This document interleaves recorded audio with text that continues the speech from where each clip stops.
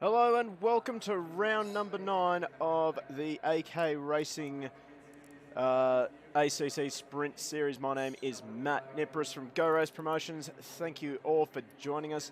It's going to be quite a exciting night of racing. As you can see, 20 drivers in the server at the moment. I believe the drivers are currently in their drivers briefing. We currently joined the server a little bit late, but nonetheless we haven't even got this set up properly. There we go, that's properly done. Now that's properly done. So welcome back to the stream. Hope you're all looking forward to this one. As soon as we try and find our controls again, there we go, we're good. We're going to look at Andrew Ferguson as he makes his way around in the number 31 Porsche 911 GT3R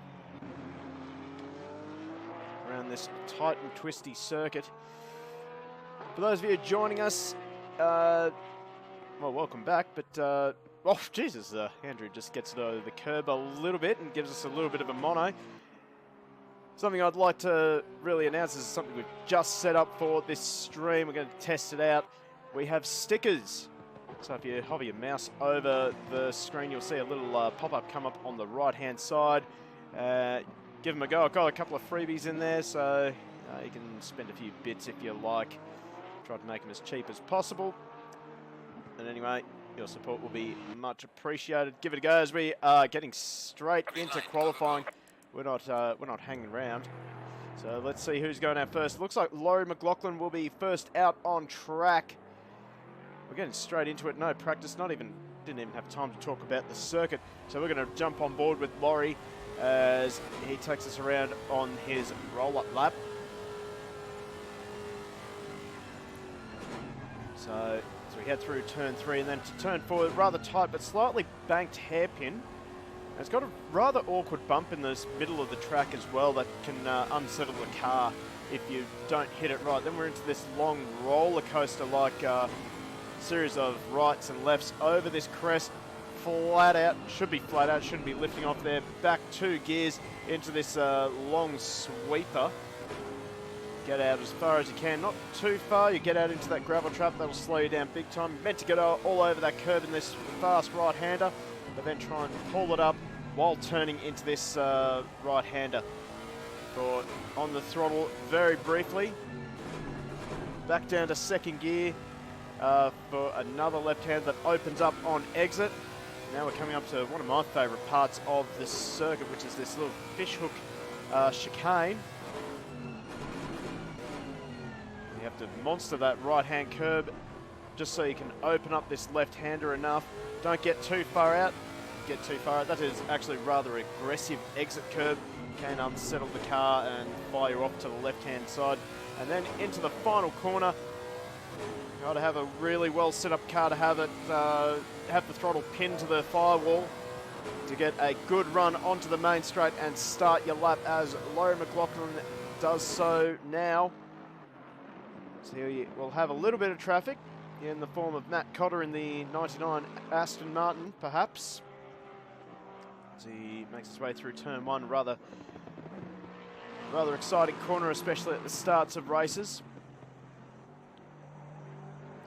As he gets a nice clean line out of turn number 4 and heads up through this roller coaster ride here. Shout out to Tuggers Racing for the follow. Thank you very much, mate. That was off stream, so much appreciated. Thank you for all your support. And also, don't forget to try out those stickers. Have a bit of fun with the stream. Why not?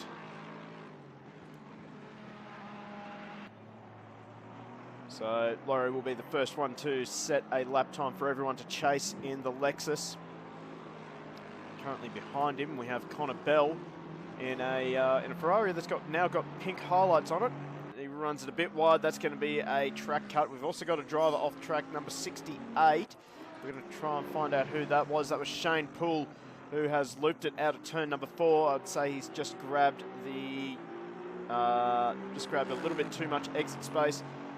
Very easy to do there, and just sent the Aston into a spin, so he's going to have to try again. Luckily, he's got about just over 11 minutes to go in this session. We're going to quickly try and find Laurie McLaughlin, So he makes his way down the main straight and sets the first time. It's a 1:37.5. Now we were seeing times of 1:35 in the early, well, in the practice session, and immediately McLaughlin is outdone by Lucas Dowd with a 1:36.3. See if anyone else can do better. Dave Ross, he will go not to the top. Okay, Lockie Nichols, what can he do? Goes to second by less than 3/10. Alex Spinozzi expecting good things from this guy tonight. Only fourth though. All right, Chris Munro, another big driver, big name driver in AK Racing. He goes to the top, predictably a 35.9. So a top time from Chris Munro. Still got a couple of drivers making their way through. James Vanderham, next car to come through. In fact, he's actually still trying to get temperature in those tyres by the looks of things. He goes 6th even while weaving down the straight. I think that was Van Wingard up to 8th. Newman up to 6th now. Oh, geez, they're coming in too quick. I can't really keep up. Here we go, Tim Davies. Another one of the Lexus. He's got Ataniaki behind him, who will go up to 6th position. So great time by Ataniaki. Time's pretty tight at the top. So we're now looking at Connor Bell. This is his second lap. First lap was disallowed after he ran wide. Coming out of, I think the last corner before the end of Sector 2, and he goes 4th position. So good time from Bell. Now Stefano Rasciuti, we missed him at the last round, but he's back tonight in the GTR. And he'll start his lap. Flashing the headlights, I'm not sure if he knows that he's on stream. GTR's a bit of a handful around this circuit. He might have been flashing his lights at Nichols. Takes a bit to manhandle the big GTR. I would know. I was racing the Octane Sprint Series here, and I'm in the Nissan team. When it's on point, it is on point. This car.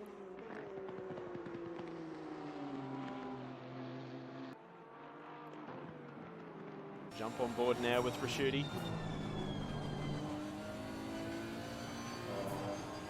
Grabs a little bit of the exit curve between these two right-handers. Not usually a line that you see a lot of. A bit risky, can send yourself flying off the side of the track. There's a bit of a drift going through that left-hander. I don't know the names of all the corners. They're very notoriously hard to pronounce. It's a nice line through the fishhook chicane. Is he going to get balked here? No, not really. Just quickly bring up a Zandvoort track map so I can actually give you some proper names instead of just calling them the left and the right-handers. So here we go, coming around. Oh, God. Like I said, they are notoriously hard to pronounce as Rasciuti goes up to 3rd position, 9/10 off the pace though. He's going to have to try and find something to get himself on terms with this man, this man right here, Chris Munro, currently top of the 35.2 now. So Munro is improving. So he makes his way through the Tarzanbocht, and in fact he parks it at the Tarzanbocht.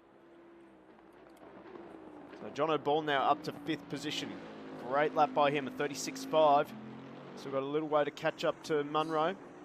We're going to try and find Matt Cotter wherever he is around the circuit. He might be in pit lane, actually. Whoa, there we go. So Andrew Ferguson, one of the first victims of the roller coaster section. Oh, no, not quite the roller coaster section. That is going into the Marlboro Bocht. He'll just do a quick little flick spin and be on his way.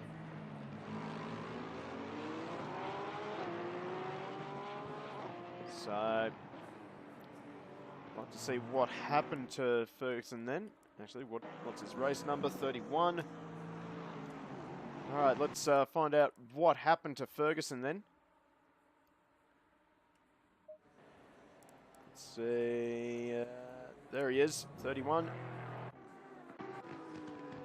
What has he done? Has he dropped a wheel off? Say he has. Oh, yes, he has. He's just grabbed that curb and he has binned it big time. So that is the end of that lap for Andrew Ferguson, but he's got plenty of time to come in, get some new boots on, repair some of the damage on the front of that Porsche.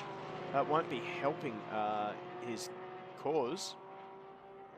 He's running the car really low today. It's sparking off the track. Looking rather spectacular, actually. Oh, gets over that curb. You don't really want to be using the curbs around Zandvoort. They're just a little bit too aggressive. With that sort of odd gutter shape, more than a smooth, flat curb. And, I think that's reflecting in the time that Ferguson has done so far. As I think I've seen Dowd go up to third position. He's displaced Raschuti on the out of third position. Wait and see what improvements Ferguson can make on this lap. Jump on board with him. Gets it pointed in nicely. Probably washed off a little bit too much speed there. Ooh, that's a very tight entrance to the Renault Bock. And just struggling to get it to the apex of the Vodafone Bock, which is not actually a sponsorship deal.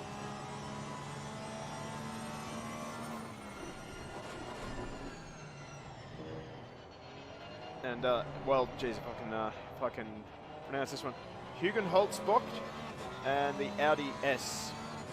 Actually, I think that's the Audi S, not Hugenholzbock. I think that's turn full.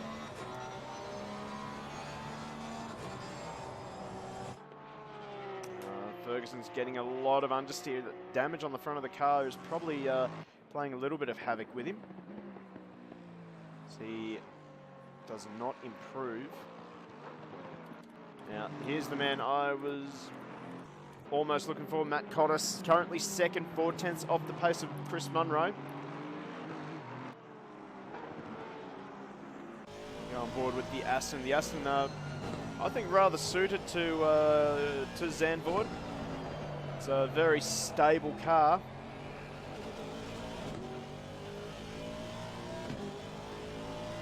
Probably suffers a little bit in some of the slower corners, just because of that nasty turbo lag.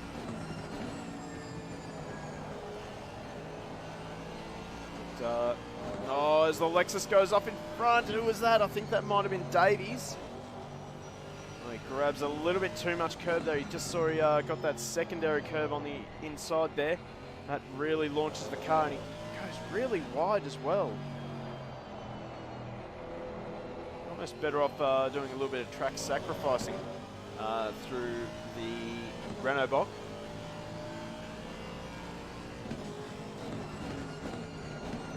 Laid on the brakes, back down to first gear for the Aston. He just rides the curb a little bit through the Audi S. Now makes his way up to the final corner, which I believe is actually the second last corner is Kumo Bock.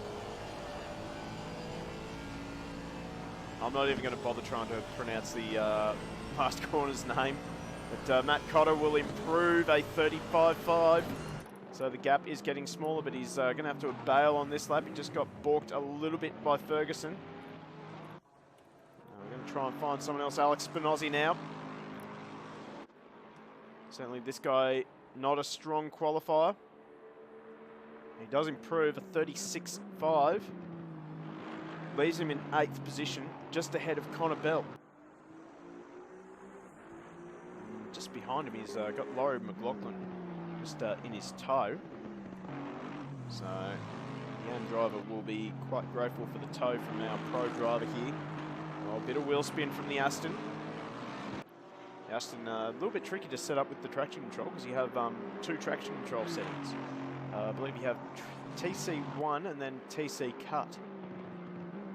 And I think TC cut is something about the angle of the car, and TC1 is the amount of slip from the rear wheels. So, yeah, rather complicated. A little bit too complicated for me. I like to just have on or off.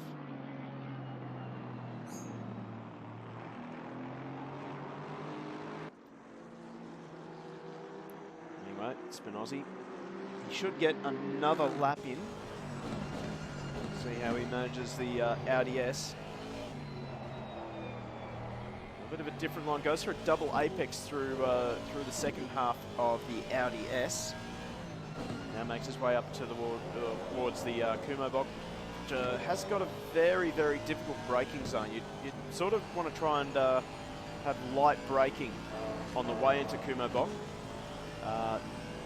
The track actually rises and then dips down suddenly. It's very easy to grab a brake. Spinozzi falls down to 9th position. He's lost a bit of time on his previous best. He should get one this lap in. This will be his final chance though. Seeing a car off, that is David Ross. And oh, he's had a big bin moment. So we're going to have a quick look and see what happened to the 48. As soon as we find him. Yep, there he is. Right. So I think it's a bit of a repeat of the Ferguson incident. He's just come out a little bit too greedily on the exit. Oh, he's grabbed the curb on the inside, and then he's just looped it big time into the tyre barrier. So, and he's done the right thing, just getting out of the way, and he'll probably just try and do his best to not. Well, that's a very dangerous part of the circuit to be looped around. So, in fact, he's going to park it now. So that's the end of his session. And Tim Davies is also parking it. So Anthony Cesana now, currently down in 8th position in another one of the Bentleys. Oh, using every inch of the circuit.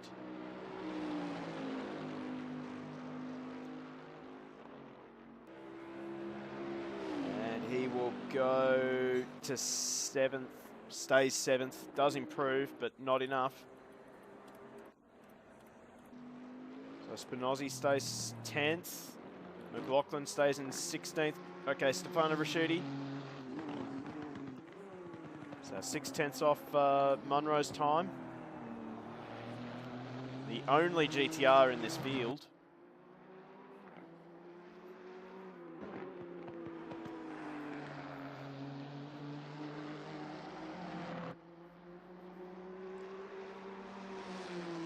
Not even a lift on the throttle around the final corner.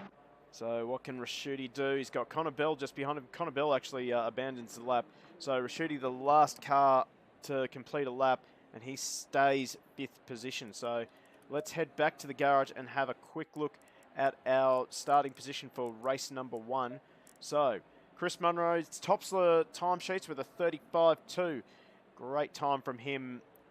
He will head the front row with Matt Cotter next to him. An all-British front row with the Bentley on pole and the Aston Martin on second.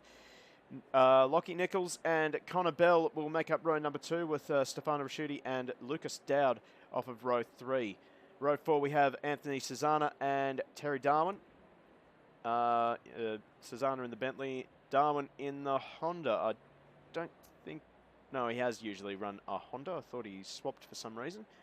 John O'Ball and Alex Spinozzi will round out the top 10 before we head over to Malith Ataniak and Newman off of row 6. Poole and Van Wingard for row 7. Row 8, we have Vanderham and McLaughlin. Davies, Wright, Ross and Ferguson will round out our field. No Ryan Houlihan and no Hallett tonight, it seems. So, we're going to have to wait for the timer to count down, unfortunately. Or not.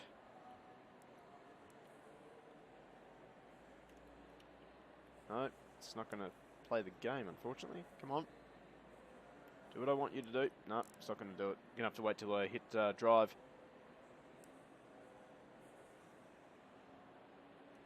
So, for those of you playing along in chat,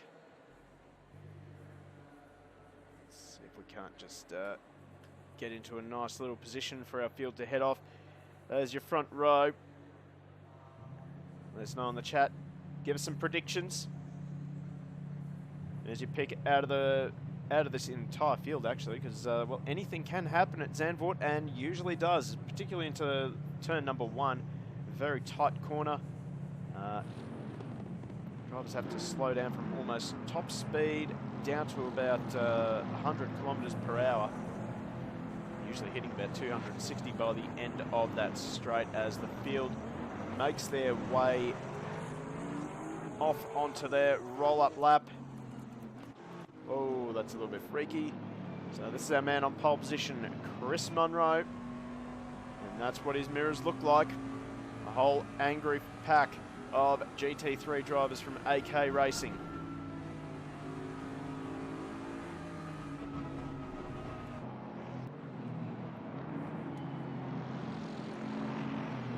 So don't forget to try out those stickers.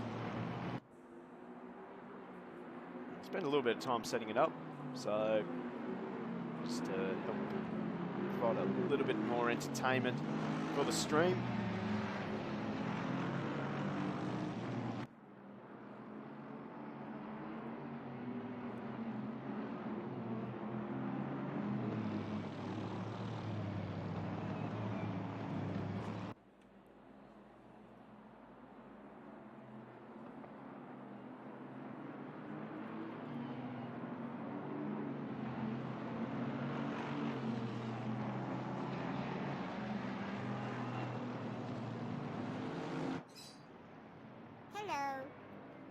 There you go.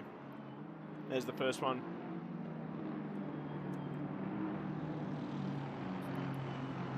A little example for you. Give it a try.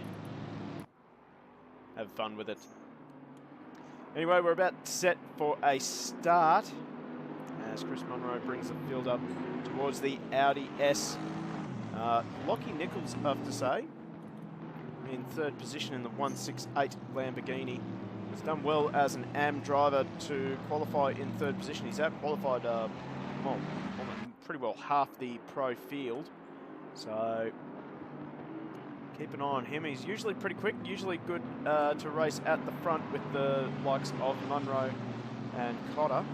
Just runs into a little bit of trouble with that Lamborghini. Lamborghini does tend to swap ends pretty quickly as we get set for a start. Let's just get our camera into position at at the start line. So the field's looking in good formation, as we have one straggler at the back.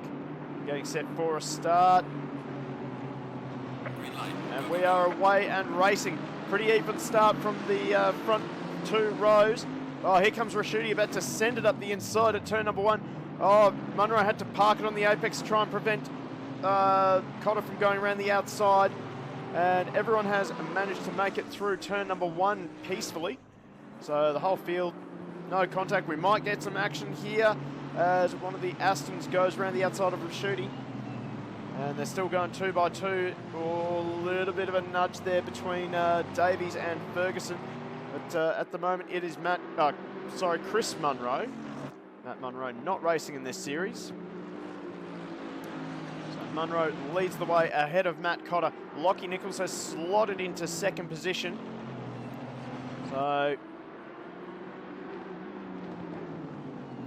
the field. Oh, we have an incident further back in the field. We have Shane Poole and Ben Newman. So don't know what's happened there. We're going to have a quick replay there. So we're looking for car 38. I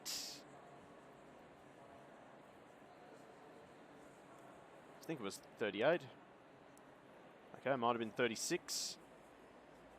Alrighty. Looks like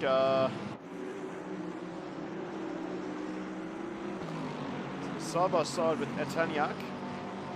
Very brave to do on the first lap of a 1 hour race.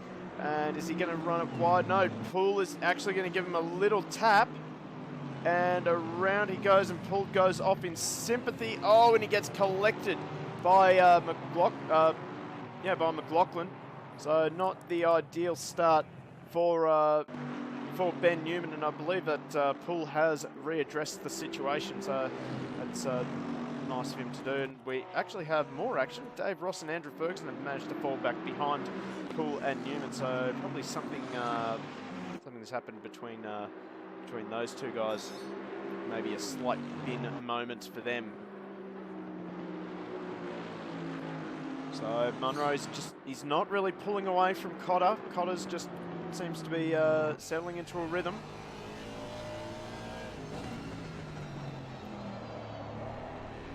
A little bit of oversteer on the entry.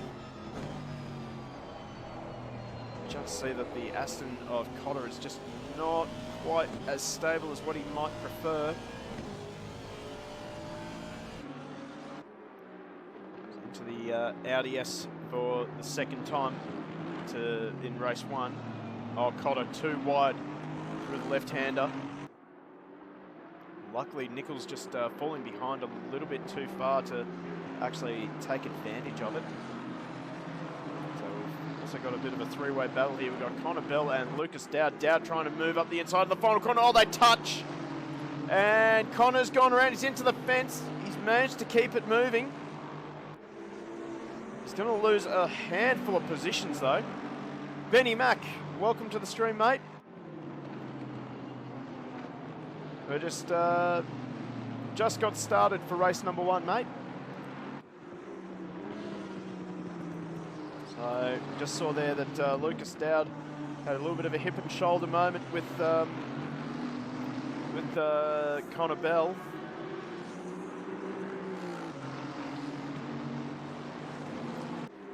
So Dowdy's just at the head of this little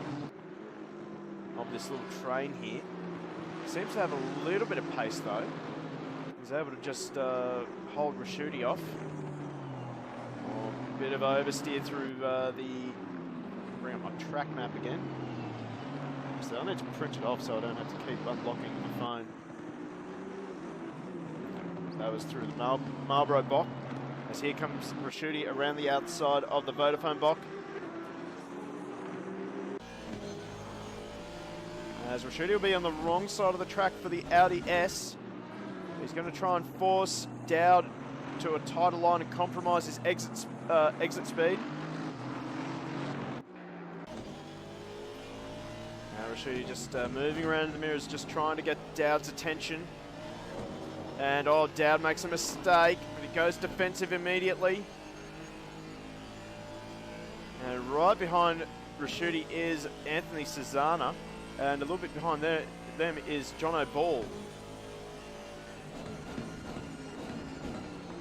Oh, as Raschuti runs it in hot. Manages to get it back on line to prevent a switchback from Cesana. Immediately runs wide. So Raschuti under a lot of pressure here. So we've also got the battle between Cotter and Munro just starting to heat up. The gap down to 2/10.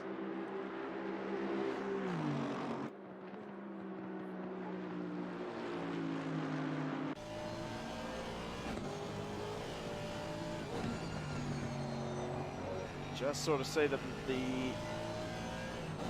the Bentley is just starting to get a little bit better with each lap. And, similarly, Cotter's car is also improving quickly. And we see the different lines through the Vodafone Bock for Cotter and Munro. Cotter going for the late apex, whereas Munro seems to take a more conventional line.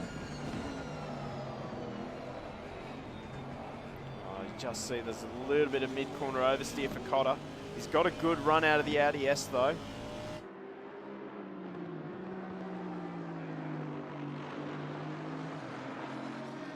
And he's in fact right on the rear bar of Munro. We'll have the slipstream all the way down the straight, but the Bentley's got a lot of pace in a straight line. Oh, I thought he might have sent it there. He's decided to just hang off it for now. And just in the background there, Nichols is actually starting to go with these guys. He hasn't lost any time to them.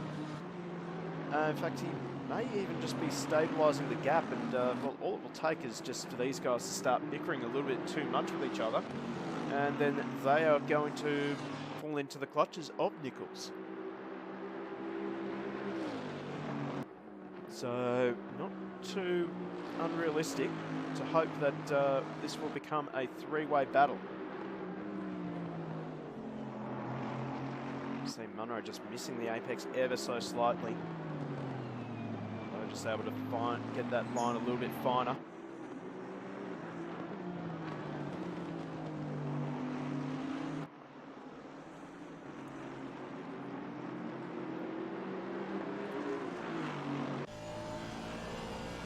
Back on board with Cotter.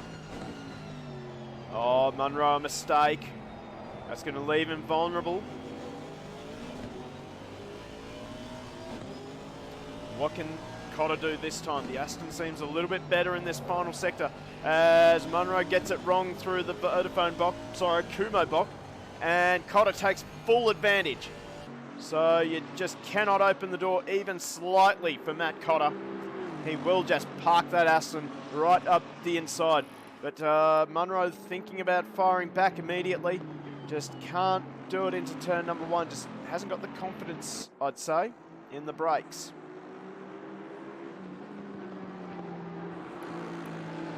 And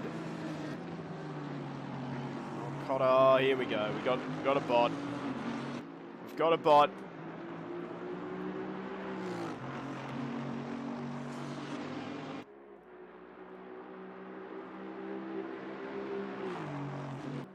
We've got a bot. Let me sort that out.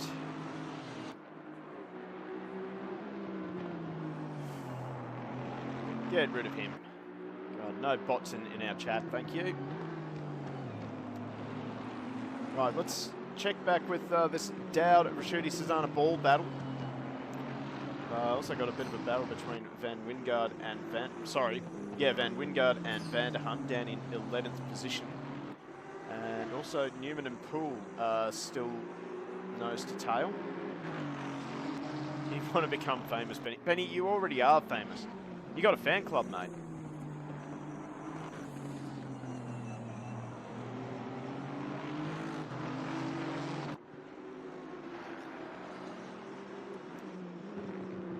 So as Dowd continues to lead the way from Raschuti, these guys have actually dropped Ball and Susanna. In fact, Susanna has dropped back behind Ball. So I don't know what's happened there. Right, now we're focusing on this battle. Cotter's just starting to pull away slightly from Munro. Oh, Raschuti way out wide. He loses traction. Just lost him a little bit of time.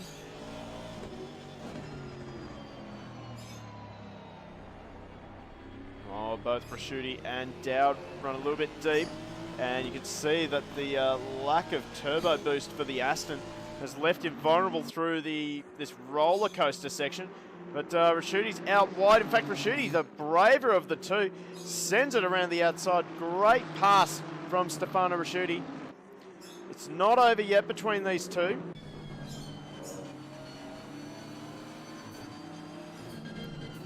So the Renault box is a good dive bomb opportunity. One of the only passing points on the circuit. Goldie Bros, thank you for the follow, mate. Much appreciated. Hope you're enjoying the stream.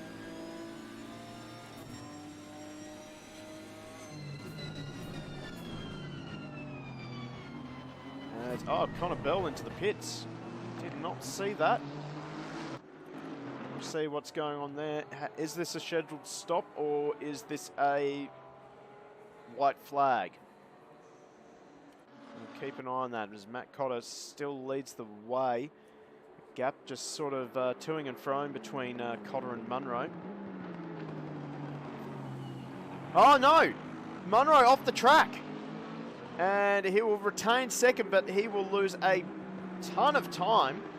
Oh, and actually we've got Ferguson off again. I think I have a feeling I know what happened here.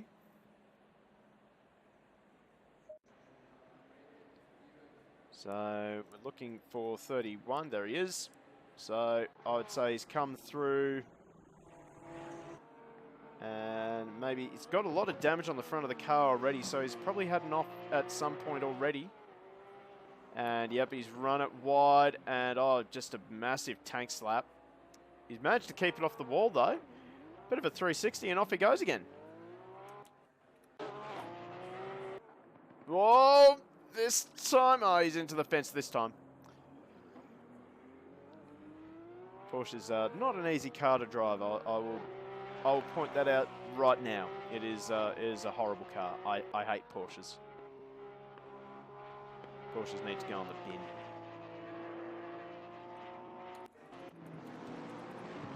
So here we go. So this battle is still on between Van Wingard and Vanderham. I think they've actually swapped positions, if I'm not mistaken. And McLaughlin and Davies are actually buying their way into it as well. So battle is on. So we jump on board with the Lexus of McLaughlin.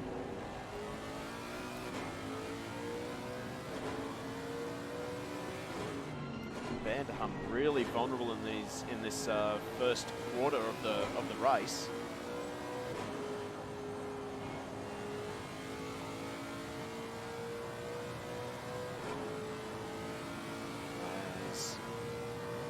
This battle is shaping up to be a pretty nice one. I'll definitely keep an eye on it. Almost a four-way battle for 11th position. Right now, I want to check out this battle here. We got Susanna all over the back of Jono Ball. This is for the 6th position. And they're just trying to close the gap down as well on Lucas Dowd. Bentley's going really well here this week, this evening.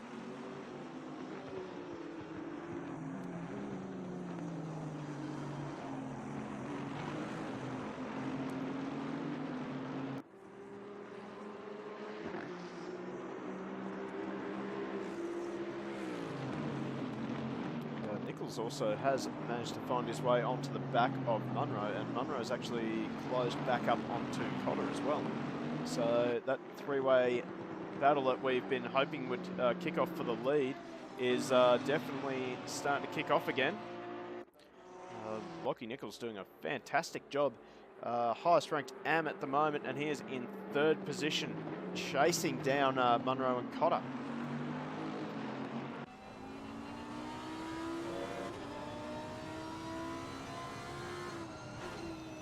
This is a great effort from the AM driver. He may have to get promoted to pro, perhaps. See the sparks flying from the underside of the Bentley just ahead.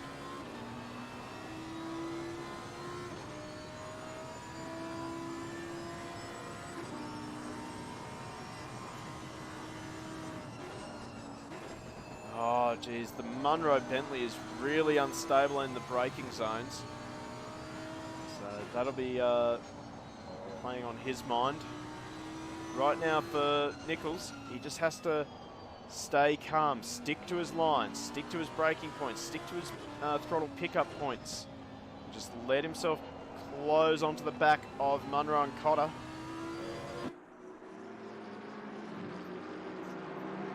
And this is what we love to see, three-way battles for the lead. As Matt Cotter heads the way ahead of Chris Munro. Lockie Nichols could be on track for an overall win, his first, I believe, if I'm not mistaken. Someone correct me if I'm wrong.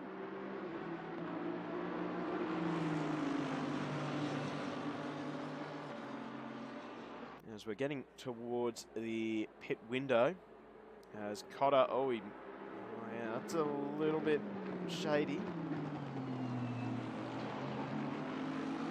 Starting to go a little bit defensive now. I wonder if the tyres are starting to go on both these two GT3 behemoths. Aston and the Bentley, certainly not tiny cars, pretty thick cars compared to the Lamborghini behind. Absolutely tower over the top of it.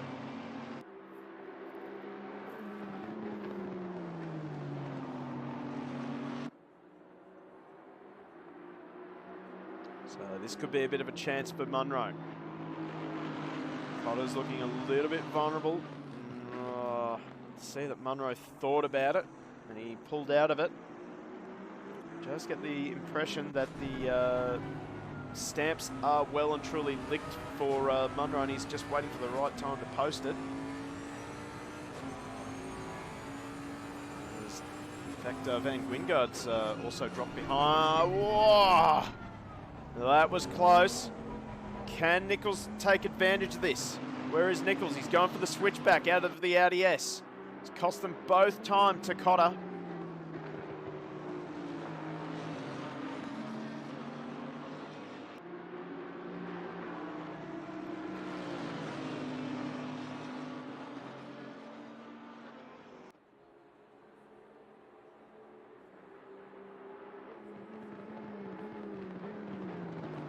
Say it almost could be that Rashudi's starting to close up. He's left Dowd behind, having currently at present a very lonely race in the fourth position. So you can just see that Munro's already catching up onto the back of Cotter. He is taking Nichols with him.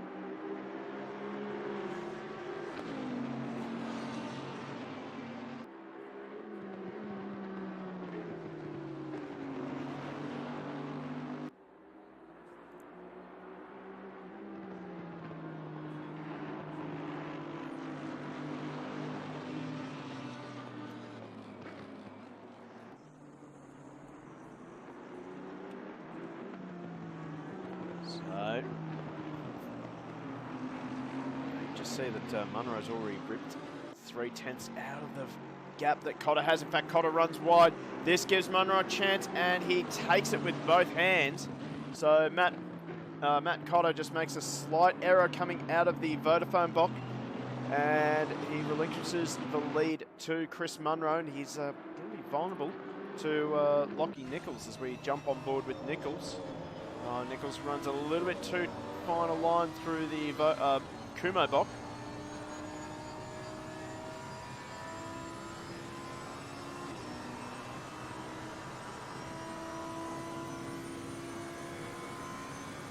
The question of when to pit is going to be a very, well, interesting question to ask. There is a bit of an advantage to an undercut. Oh, Lockie grabs that curb. He's just starting to push a little bit too hard, I think. He can see his first victory right in front of him. Just needs to calm down and just stick to his lines.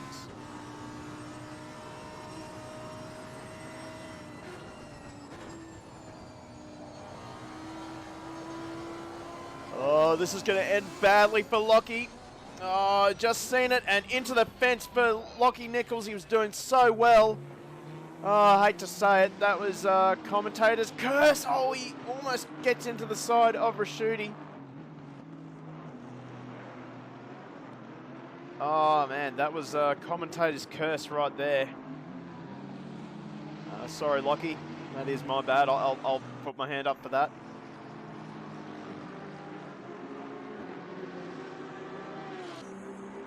Right, John O'Ball and Susanna.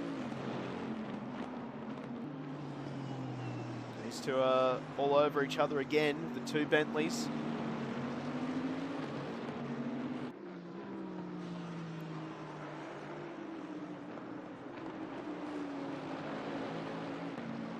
So make our way through the Kumo box, and out of the final corner. So, almost looks as though Susanna's got a good run down the main straight, just a little bit too far away. So, Ball runs it deep. Do not curse the GTR. No, I will not curse the GTR, Goldie. I promise you, I will not. I will never curse the GTR.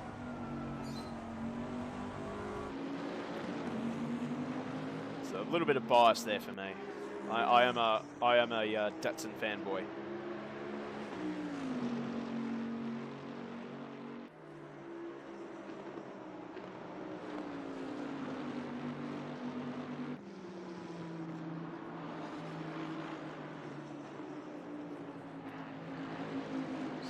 So Susanna still working on the back of John O'Bell as they make their way through Renault Bock. Ball is driving hard, just trying to keep Susanna behind him. Susanna just makes a little mistake on the apex of the Vodafone Bock. And into the Audi S. Yeah, that's right. Goldie, I am a lad. Tell you what, it's impossible to walk around even at the Bathurst 12-hour wearing Nissan Nissan t-shirts or Nissan hats. You just get called out for being a Datsun fanboy. Oh yeah, Connor, mate, huge shame, mate. But not to worry, mate. You'll get him in the second race. I'm sure of it.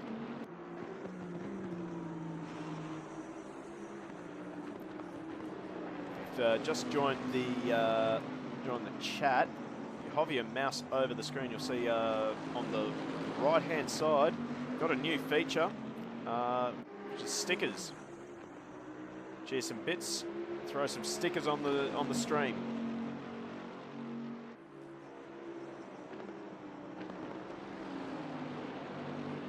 So open up, have a look at what we got there. We've got a couple of freebies in there for you to try out. Have a bit of a laugh as well. That's what we like to see here on Go Race Promotions on Twitch.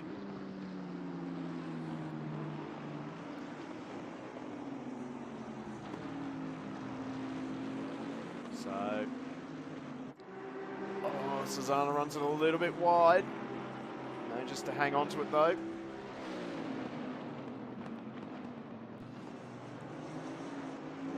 That will give Paul a bit of a break, I have to say. Colin Rose live next to the mountain. Mate, a bit jealous of you. Love that place. Tell you what, I'm certainly looking forward to the... Actually, no, I won't talk about that. I know it's a bit of a sensitive issue out there. I'm not going to talk about it.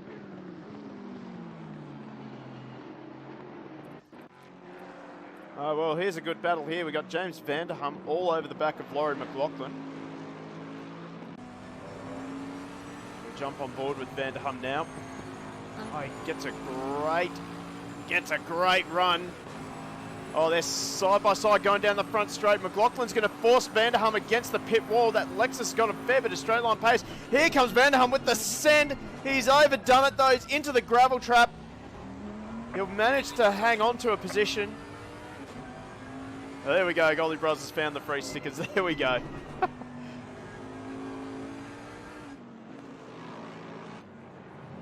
So Vanderham is going to have to work for it again. Oh, gets it wide. See the sparks flying from the under tray of the Bentley.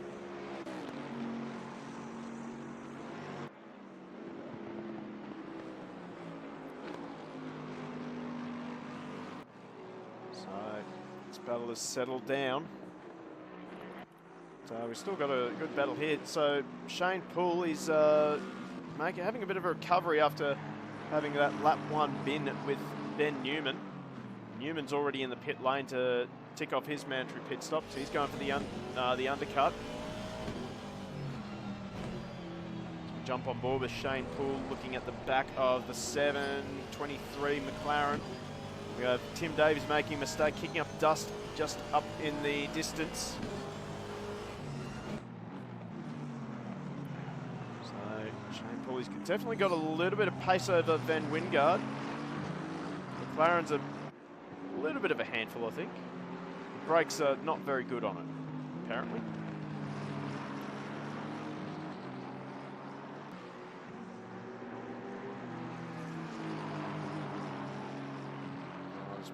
Poole's actually going into the pits. Look at that pit lane. All the way up to Lockie Nichols into the pit lane. Nichols will be sure grabbing some repairs. Andrew Ferguson definitely has grabbed some repairs. You see Tim Davies now. He's still ahead of Vanderham. I believe that is.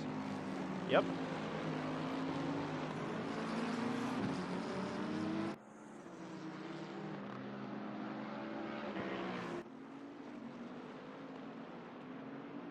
see Ben Newman now on the first to make his pit stop. So interesting to see where he spits out after everything settles down as we rejoin the battle of Britain.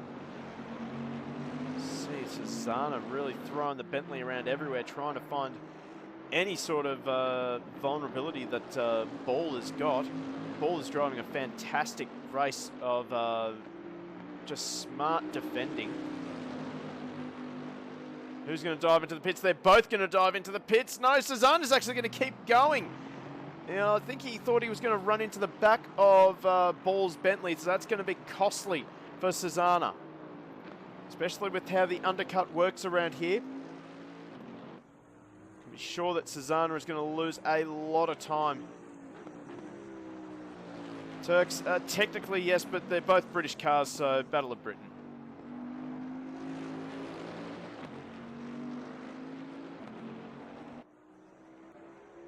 Civil War. It's a civil war.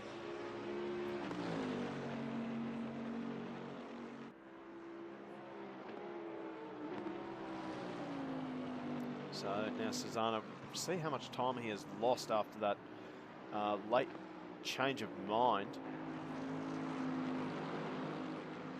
I wonder if he was just trying to play a bit of a head game with Ball, although I think he just bailed on it because he probably thought he was running into the back of Ball's Bentley.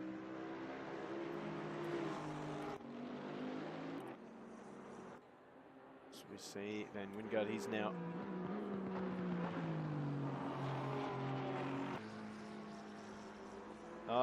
Turks, mate, give it a go, mate. We're running V8 supercars, so just for those of you who can't see the chat on YouTube, Turk Simmons with thinking about joining up for TCX 300. Unsure though, mate. Just do it. Just do it. We've got a decent field already. Got 10 drivers. Plenty of room for more as well. 3 V8 supercars, and we've got a whole host of GT3 as well. So if you're from AK Racing or even from maybe another league that runs V8 supercars, good chance to have a bit of fun and do a bit of testing. See, focusing on Tim Wright at the moment. Just trying to find a battle around the circuit. Unfortunately, everyone has spread out a bit, except for Lockie Nichols. He's all over the back of Ball now. So all that damage repair that Lockie Nichols did, I imagine that would have been about 3 or 4 seconds, maybe 5. As we hit the half race distance.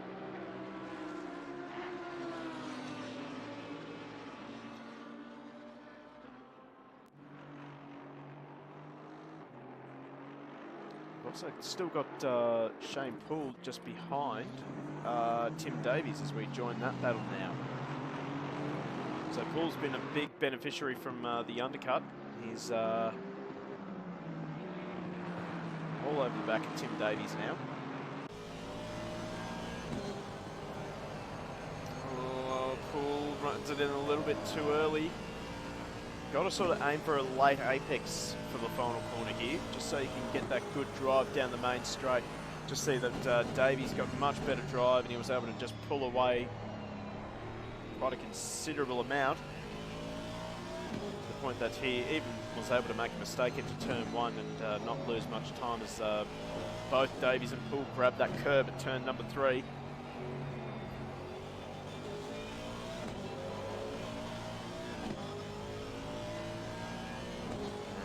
This might actually be helping Lauren McLaughlin join the battle.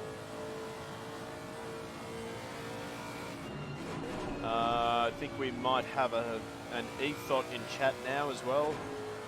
Or a bot thought, I don't know.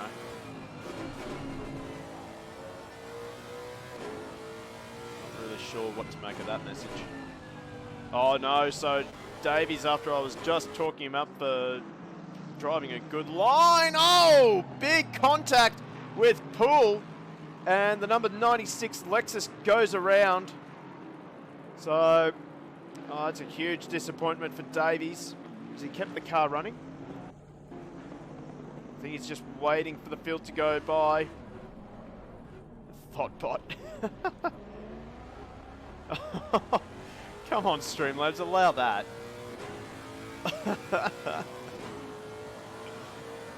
Oh, jeez. So, I think Davies probably just grabbed the inside brake and he's driven into the side of Poole. I wonder how much damage that has done to Poole's Aston. Have a quick look at the... whoa, that's a little bit quick. So, definitely a little bit of damage. Maybe Poole has just gotten away with just a bit of cosmetic damage to the car.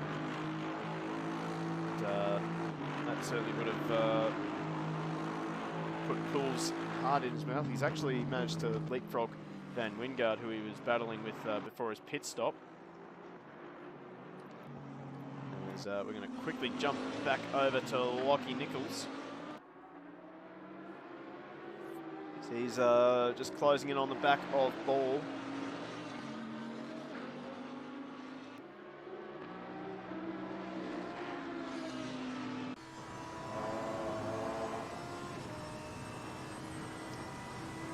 So, just see Nichols, he's definitely got the pace to run with the front guys. We were talking about it a little bit earlier. He was at the front.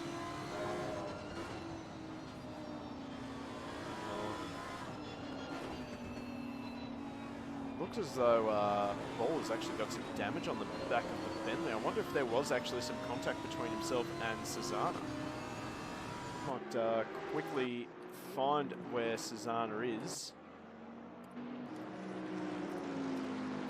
I imagine he's in the pit lane right now, so that will be his mandatory pit stop ticked off. Imagine that Tim Rod will be into the pit lane this lap as well. So we've got 30 seconds to make that pit lane.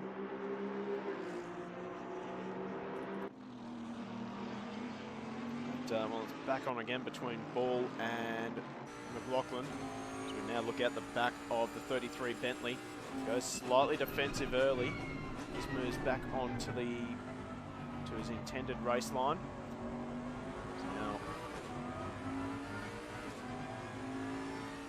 actually, Nichols and Ball just seem to be really evenly matched at the moment.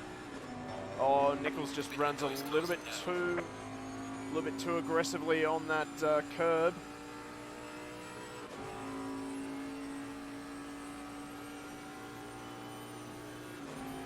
That cost him a lot of time with that mid-corner slide.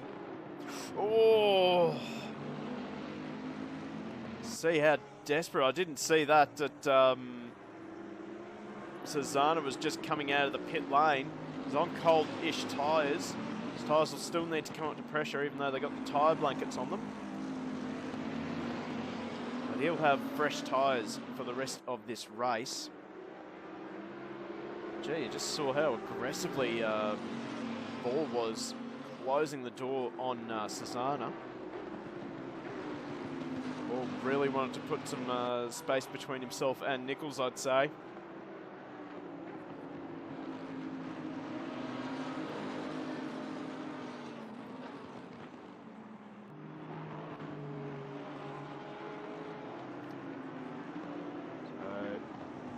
First lap, Cesana will be a little bit vulnerable to Nichols. Still waiting for the tyres to come up to pressure on the Bentley.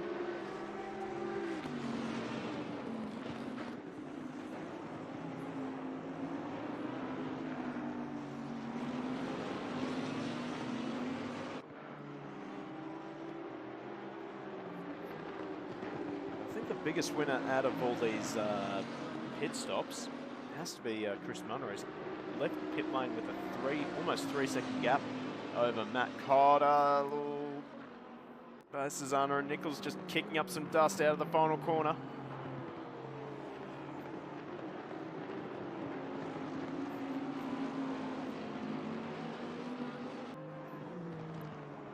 Now just starting to see Cesana's Bentley coming up to 100% race pace now. Got some temperature into those tyres. Pressures have come up. We're also coming up onto lap traffic of Andrew Ferguson.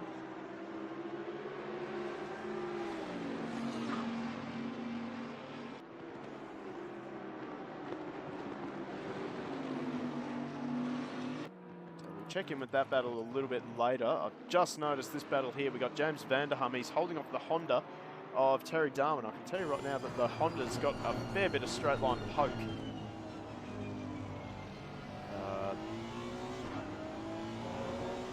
Remember on Tuesday night I had a great battle with Michael Young in the sprint series for Octane at Laguna Seca. Absolutely enjoyable battle. Any battle with Michael Young is it's a very good battle to have.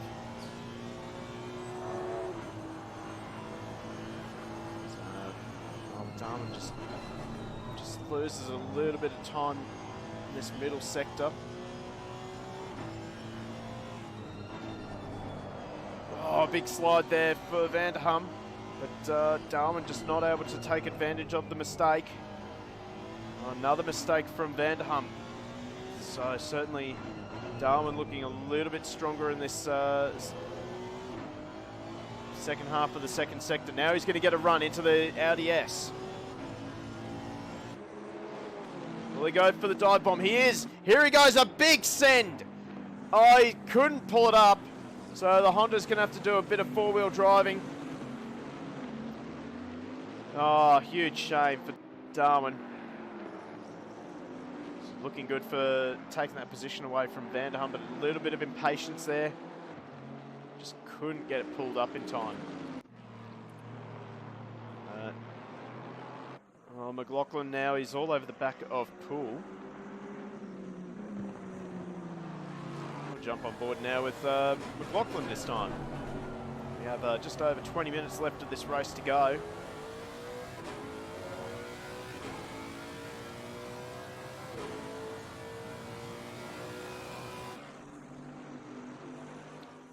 Yep, we got the work experience cameraman on there.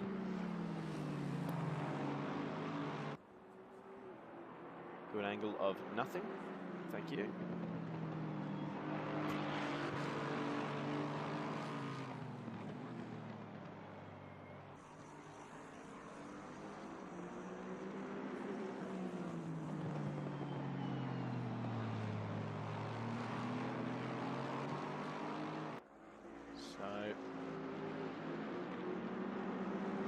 On the move ever since lap 1 after that massive bin moment that he had with Ben Newman.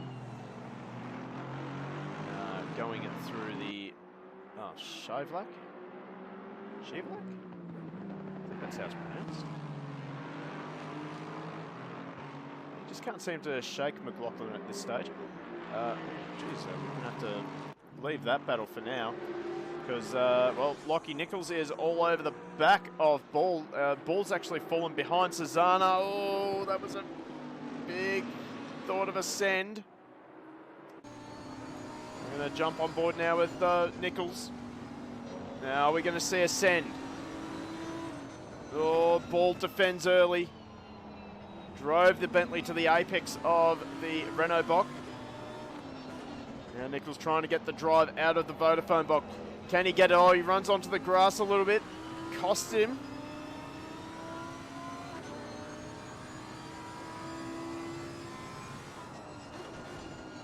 Up to the Audi S. Oh, ladders the curb big time.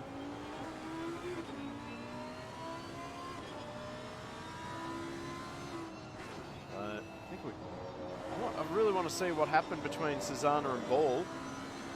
I don't want to leave this battle though because it's just shaping up now.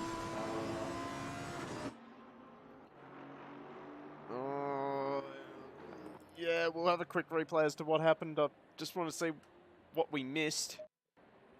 So where is car 7? Come on, where is he? There he is. All right. So, okay, so I think he has done it into turn number 1, perhaps? Oh, he's got a great run out of the Kumo box.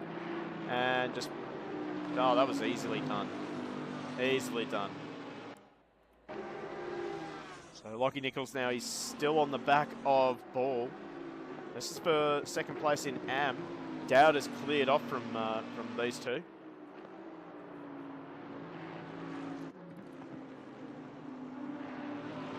Now we're going to see a send. Will Ball go defensive? He doesn't. Oh, that was close. Just start. You can almost see the impatience for Lockie Nichols now.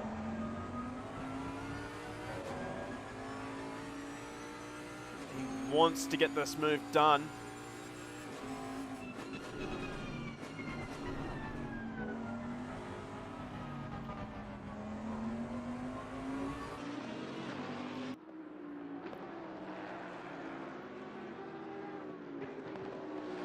He's probably got a bit of frustration after that mistake about minute 20. Going, heading up towards the Marlborough box. Saw him put the Lambo into the fence. I'm sure he would have been absolutely kicking himself, livid with himself after that, so he'd be keen to make up for that mistake and try and get himself back in front of the ball.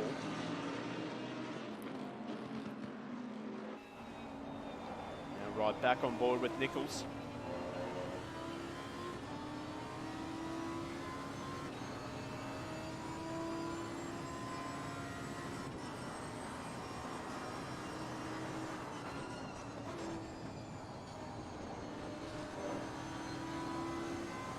See that Nichols is very strong in this section of the circuit. They make their way up towards Renault Box. I think Renault Box is where the most realistic point for Nichols to make the pass. He's going to send it in the Vodafone box. Oh, there's a bit of a touch. Just enough racing room was there. It wasn't big enough for a Lamborghini. And he tried it anyway. Oh, this is tight racing between Nichols and Ball. Nichols will be having flashbacks to that race at Zolder, where he was stuck behind the McLaren of Aaron Thomas for 30 minutes.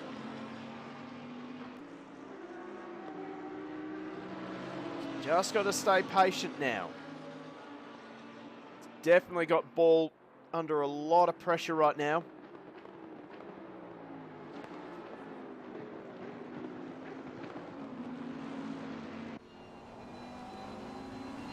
Right, back on board with Nichols again. Ball makes a little mistake, gets that curb at turn number 3. And, Nichols, he gets some good drive out of turn 4. Oh, hits the rev limiter though. It's a bit unusual. Oh, Ball runs it wide on. Nichols grabs the grass. So both these guys are starting to make little tiny mistakes that's helping each other.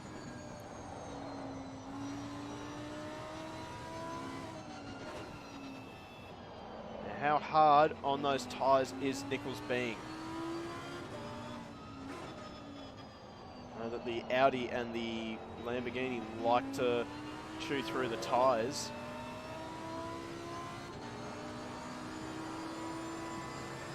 Lost a lot of time on this lap to Ball.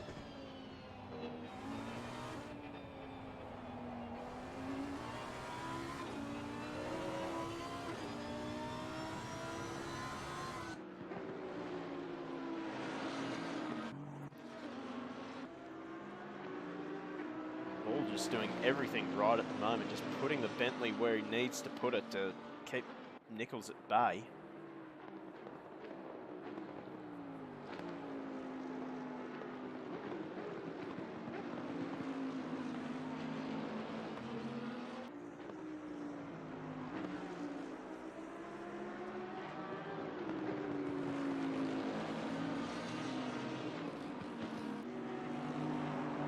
Else to really look at the moment. The battle between Newman and Darwin is starting to get a little bit tight. We'll probably check in with those guys. In fact, that's turning into a three-way battle with Van Wingard Wingard being caught by both Newman and Darwin. So we'll have to check in with those guys in the next couple of minutes. But, well, this is certainly shaping up to be the most exciting battle on the track. While we're waiting for this battle to heat up just a little bit more, we're going to quickly jump back to Van Wingard. He's got Newman and Darwin all over the back of him now.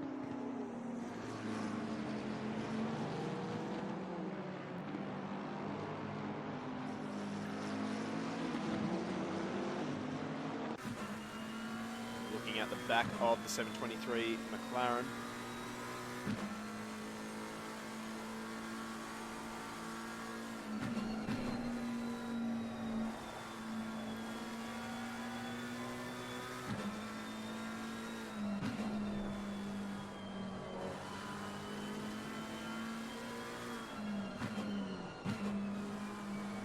We've already seen earlier in the season at Zolder one McLaren driver make his car very, very wide.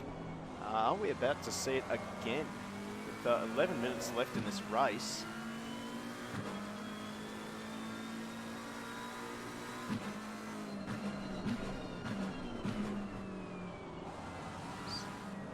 The Bentley of Newman closes right up onto the back of the Van Wingard McLaren. It's getting tight as well between Darwin and Newman. Now for Terry Darwin, probably the best thing he can do is just work with Newman rather than trying to battle, because if he battles too hard with Newman, he's going to cost time. Oh, jeez! Sudden speed boost from the Honda. I guess the VTEC kicked in. Maybe a bit of rubber banding. Might say rubber banding.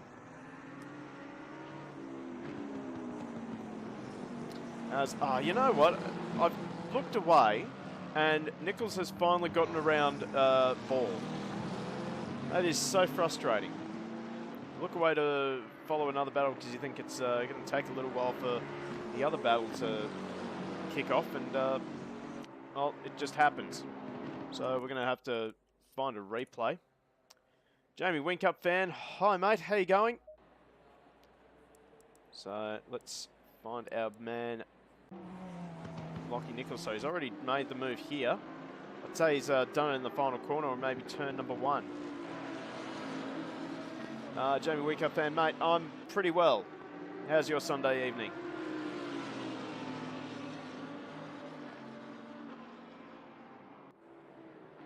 So I'm going to see a send here. Maybe not. So how has Nichols done this? Oh, he's thought about a send at turn 4. Oh, okay. That is going to be one for the stewards.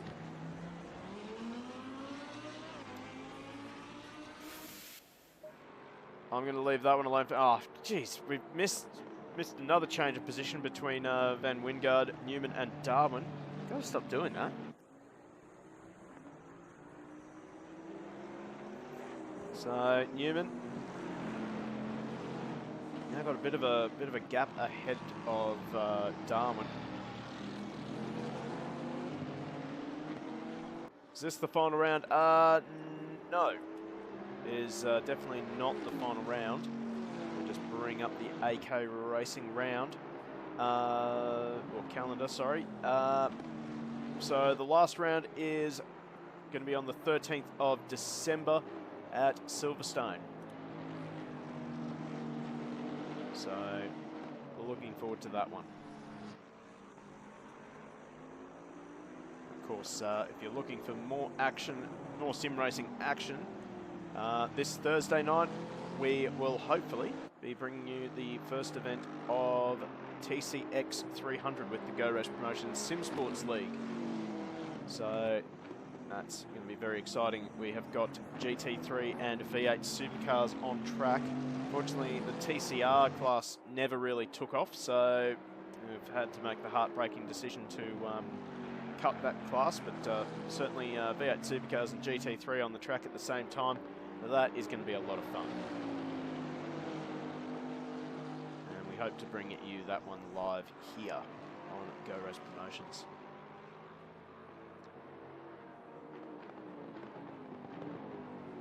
Oh, then you're going to love this channel, mate. We've got AK Racing's V8 Supercar League as well.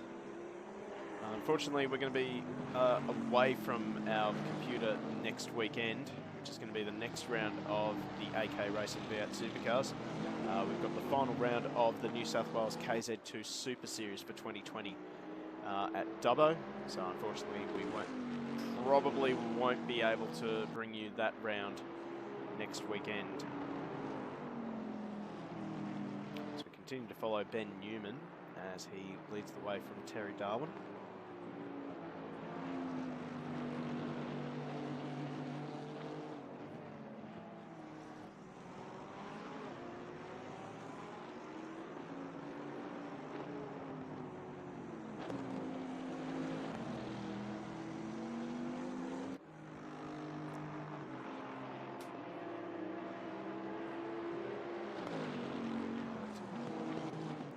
Heading into the final 6.5 minutes of this race. So far, Chris Munro has got a commanding lead over Matt Cotter. Oh, here we go. So we've got a battle here between Ball and... Well, it was a battle between Ball and Spinozzi. I'd say that there's a fair bit of damage on that Bentley. And he's going to be vulnerable to a lot of people behind him. Jeez, look at the damage on the Bentley here. That is a lot. That definitely took a lot of hits, well, a lot of impact in that turn 4, front and rear. So I'd say there'd be one very angry Jono Ball behind the wheel of this Bentley right now. General Wind Cup fan. No, we've got another race coming up after this one. We'll have a one-lap shootout for all of our drivers, where they basically have 6 minutes to go out and do one lap, and then that's where they start for race number 2. That's another 1 hour race. Jeez, the number 33 has taken an absolute beating.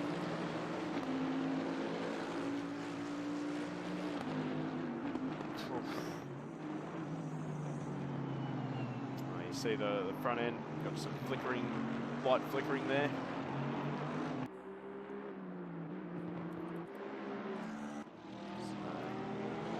Keep following the battle.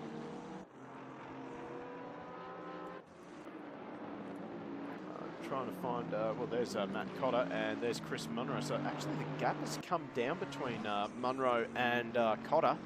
So we might be in for a show in the next couple of minutes, depending on how much pace Cotter can squeeze out of the 99 Aston. Certainly closed in a lot of time. Chicalto, hello, how you going?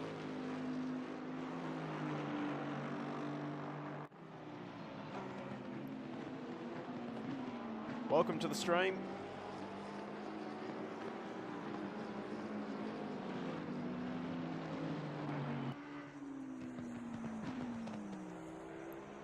So you can see that the gap is starting to come down between Munro and this man here, Matt Cotter. Actually, you can just see visually the different mid-corner speed that the Aston Martin has over the Bentley through turn number 3. Is VR good in this game? Not really sure. I've never played with VR. I've heard it's rather good. Maybe someone else in chat can answer that question for me. Certainly, I would recommend Competizione. And I would also recommend the original Assetto Corsa. So that is a lot of fun.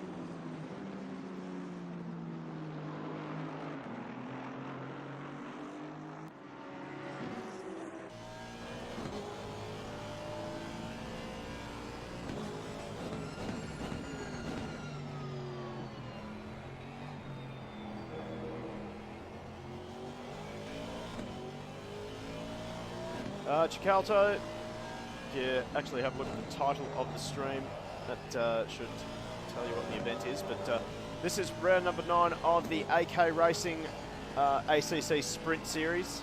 We're at Zandvoort.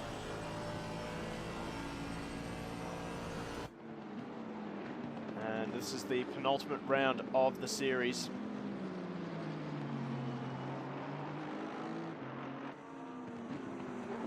Currently, we are watching Matt Cotter, who's trying to chase down Chris Munro. Munro's just responded in the last lap or so. Is it a competition? Yeah, this is a league. I think that's what you mean.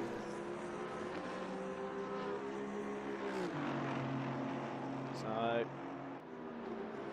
Cotter has got some lap traffic in front of him. He's got the headlights flashing for Ferguson, who he hasn't made it easy for Cotter to get around him. Bit unfortunate. Unfortunate place for Cotter to catch Ferguson. And that's just done enough to disrupt the rhythm of Cotter, although he's still managed to close in a fair bit of time. Is there a prize or mock competition race weekend type? Don't know about any prizes, but I think it's just a competition. Oh, I would call it a league race, just a competition. I would say so. I don't know. I'm sort of worried about the Discord right now. Certainly with Ball and Nichols, it's a bit of a Lambo shovel at turn number 4 on a Bentley. And, right now, Chris Munro is heading the way to finish off the first race tonight. Be a great big confidence booster for him going into race 2 tonight. He's only just hanging on to a slender lead. Cotter is catching him though. He's got the gap down to 1.4, dropped it by 0.6 in just one sector. So, well, it's not over until the fat lady sings, as they say. Could we see a bit of a surprise end to this race?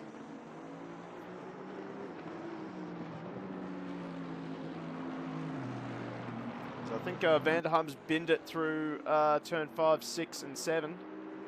He's gotten mobile, just watching the map there.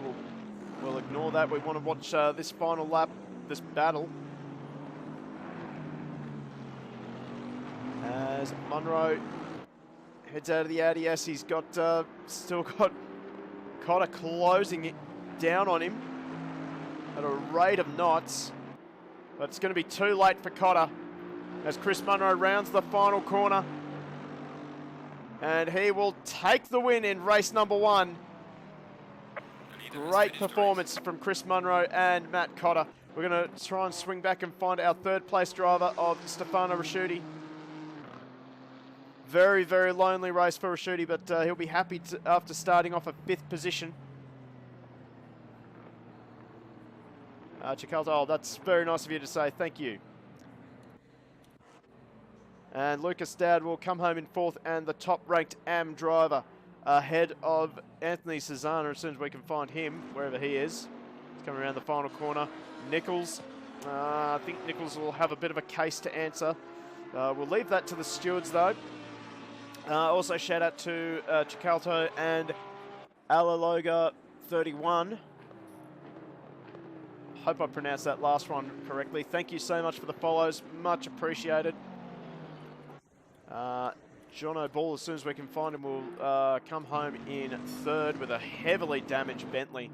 I'd say there will be some words in the Discord between Ball and Nichols, but hopefully everyone will be able to sort it out without too many mean words. So John O'Ball will still manage to take home 3rd in AM as we see Shane Poole bin it out of turn number 1. Oh, get the rips out. He's going to lose a lot of positions. And he's going to bin into the fence again.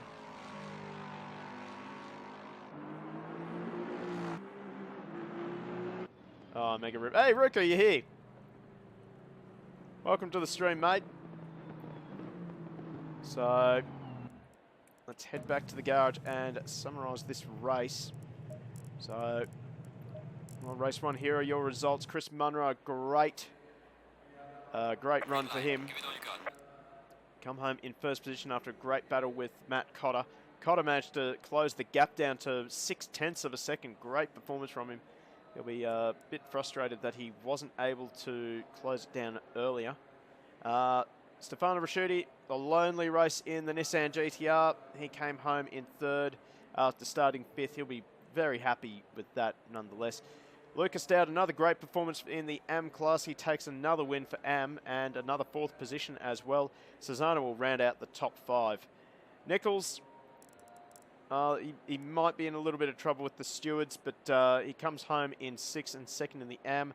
We'll leave that one up to the stewards. Spinozzi comes home in 7th. Ball in 8th. Ataniak, who we didn't really see a lot of in that race, came home in 9th, so a very quiet race for him. Definitely flew under the radar.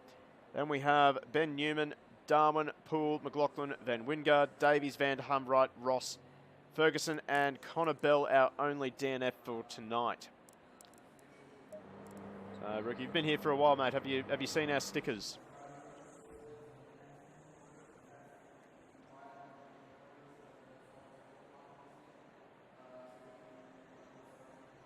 I know you'll like the stickers, that's for sure.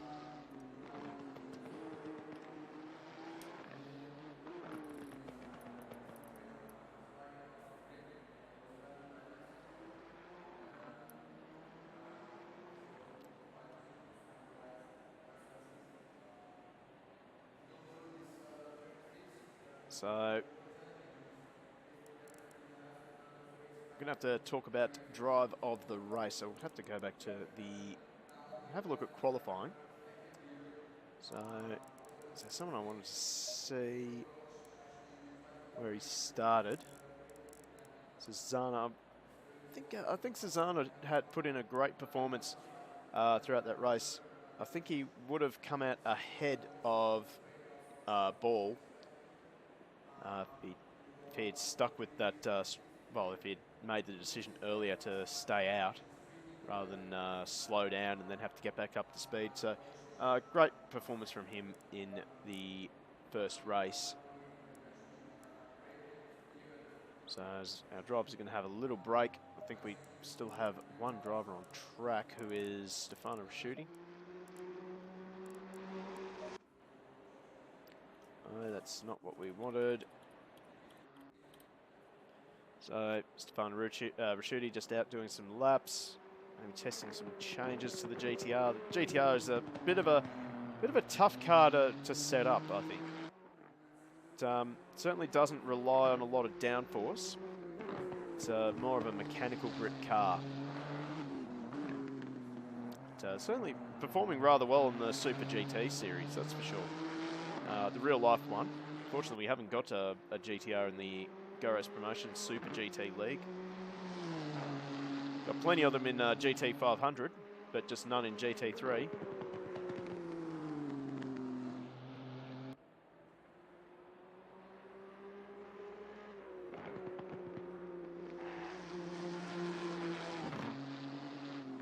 So I think the hardest part of the GTR is trying to make sure that the rear of the car stays in line with the front.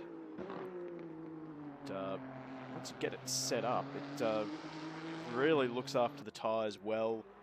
It's, I think, a very underrated GT3 car.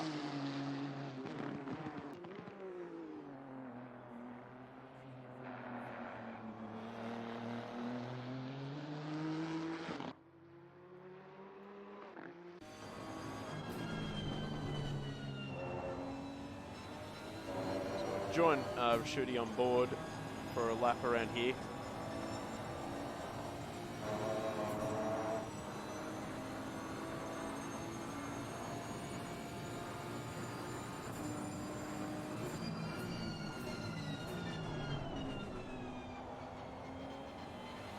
Interesting to see that he's got a fairly high TC and ABS setting.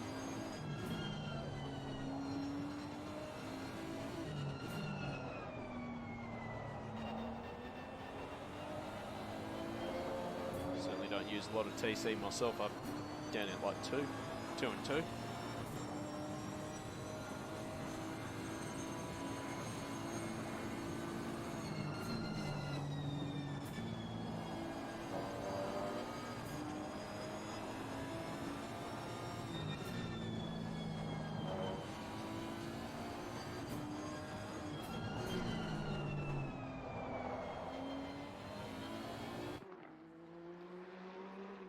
Currently, Rashudi's still the only driver on track doing some laps, but so it's good.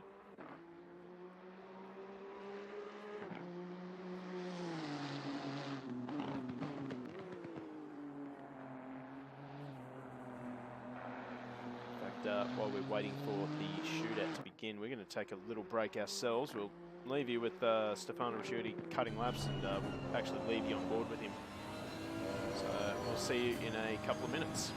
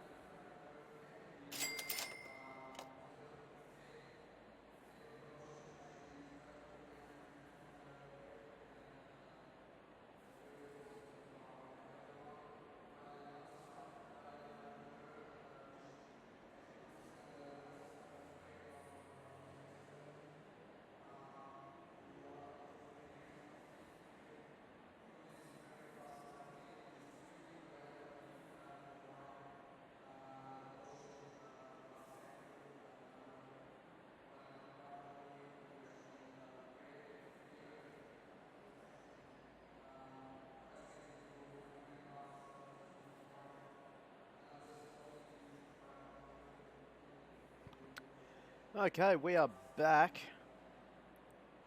We're getting set to get started with qualifying number 2. A very short qualifying session. Only 6 minutes, enough time for these drivers to head out and do one lap. In fact, I believe that's all they're allowed to do in this session. As we have one brave driver out to set the pace, and that is Laurie McLaughlin.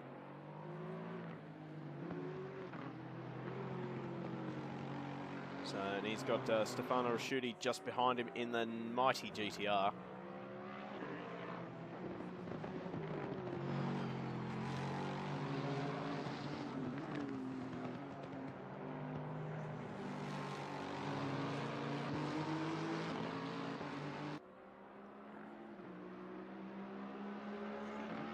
So there's Laurie McLaughlin. Makes his way out around this very tight and twisty circuit. Qualifying, very important around here. As we saw in the previous race, it is difficult to make a move stick. In fact, I think he's probably going to have to jump out of the way for Rasciuti. GTR is looking a little bit more pacey than the Lexus. McLaughlin not keen to let him go. I think at this point, Rasciuti would be wise just to back out of it. I think he's doing just that. So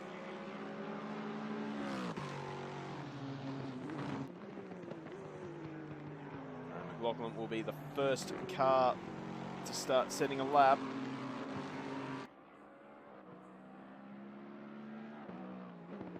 So, and I think a few drivers are still just slow coming out of the pit lane. Hopefully they don't interfere with McLaughlin's first lap. I think they're all going to stay in pit lane for now, which is good. Let's jump on board with McLaughlin.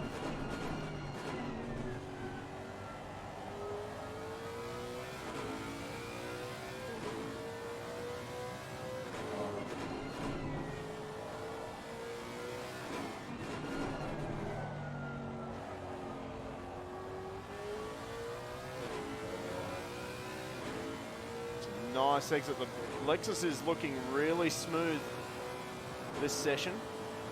I think McLaughlin has made a few little changes to the car. Seems to be working for him.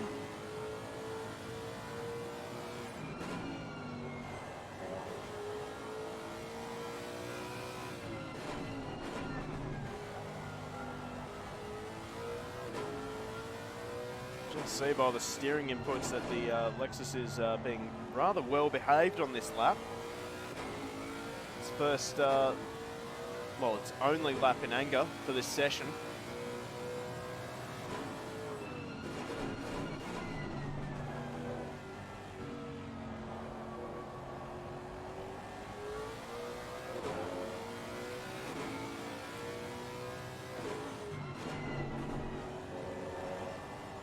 That was interesting. Oh, he runs it a bit wide. That's going to hurt his time. Can't quite keep the throttle pinned to the firewall. So he makes his way out of the final corner. What time does he set? A 36.6, massive improvement from his first attempt. Rasciuti will go to a 35.4 though, so Rasciuti on top for now. Andrew Ferguson, he'll be the next one over the line. He gets third. 4 seconds off the pace, unfortunately. Tim Wright. He goes, he doesn't set a lap time. So he's exceeded track limits somewhere. Dowd up to second. John O'Ball, what can he do? Up to third. Here comes Matt Cotter, the first of our big guns. Can he get into the 34s? No! So Rasciuti's still on pole position for now. Here comes Terry Darwin to 6th. Chris Munro. Can he do it? He... don't think he can. No, that's his outlap. Never mind. We'll stick with him though. Right on board now with the number 185. Oh no, has he got lap traffic just ahead of him? Oh no, the Aston gets out of the way nicely.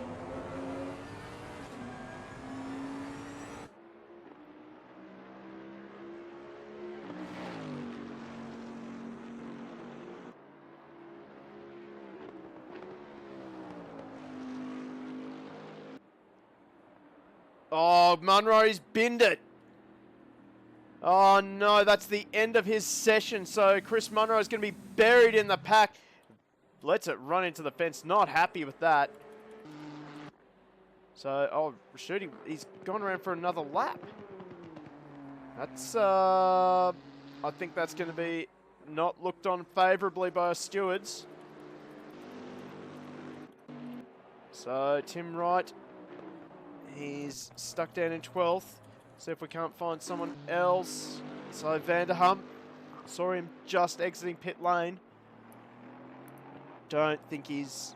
No, this is his out lap. Oh, he's got damage on the car. Where is he? How has he managed to get damage on the car?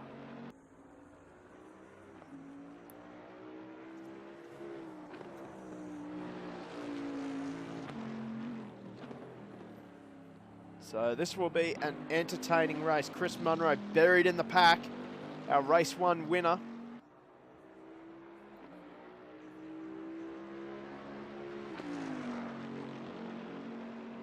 I wonder how he's done that. Has he maybe binned it on his warm-up lap? Questions for another day, perhaps?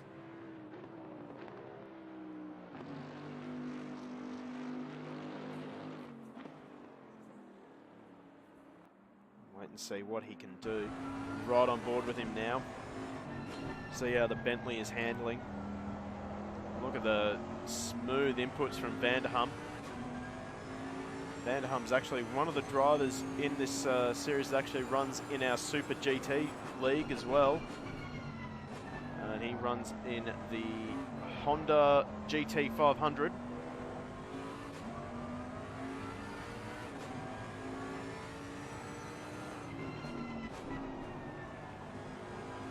As Ben Newman goes up to 5th, 3rd in the AMS.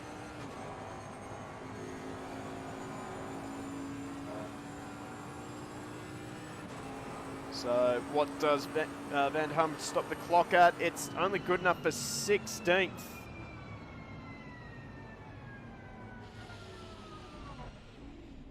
So it's disappointing for him. Well, let's quickly find our...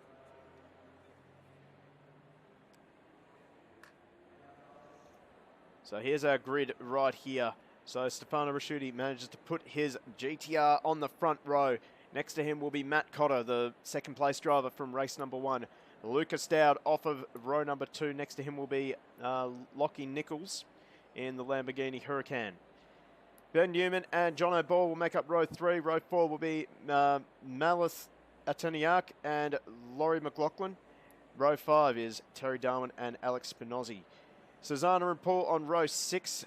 Row 7, Wright and Bell, Van Wingard and Vanderham, Ferguson, Ross, Munro and Davies. Keep an eye on the number 19, the number 185 out of 19th. Chris Munro definitely out of position at the back of the field, so we'll wait and see how far he can climb the leaderboard at the end of this 1 hour race, as we have 50 seconds to the start of this race. Let's get a few predictions happening in chat. What do you guys reckon? Are we going to see a GTR on the top step of the podium? Or are we going to see someone else?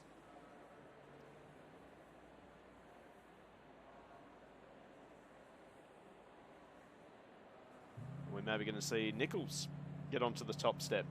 That'll be interesting. Certainly had a lot of pace in the first race before he binned it. So we get set to head off on the warm-up lap. Benny Mackey's going with Rasciuti.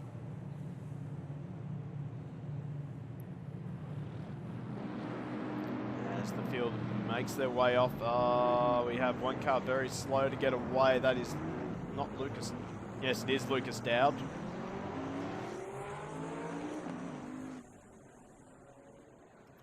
So as the field makes their way down, great looking field as well. 20 cars. So great to see that Competizione is starting to grow within the AK racing community. We're going to quickly move up to our pole man.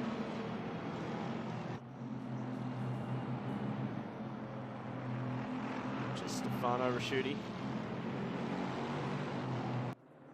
So the GTR was quick on one lap.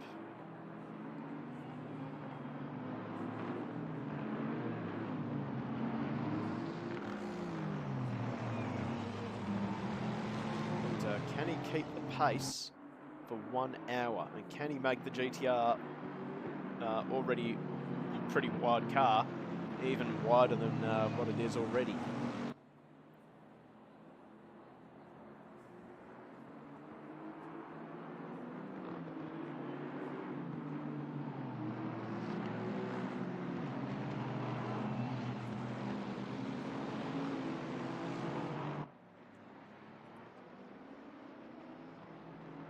So last chance for a bit of a punt. Maybe give us a top 3, maybe give us a top 5 if you're feeling game. Certainly can't pick a winner out of all this. Maybe let's have a bet as to how far Chris Munro can fly through the field.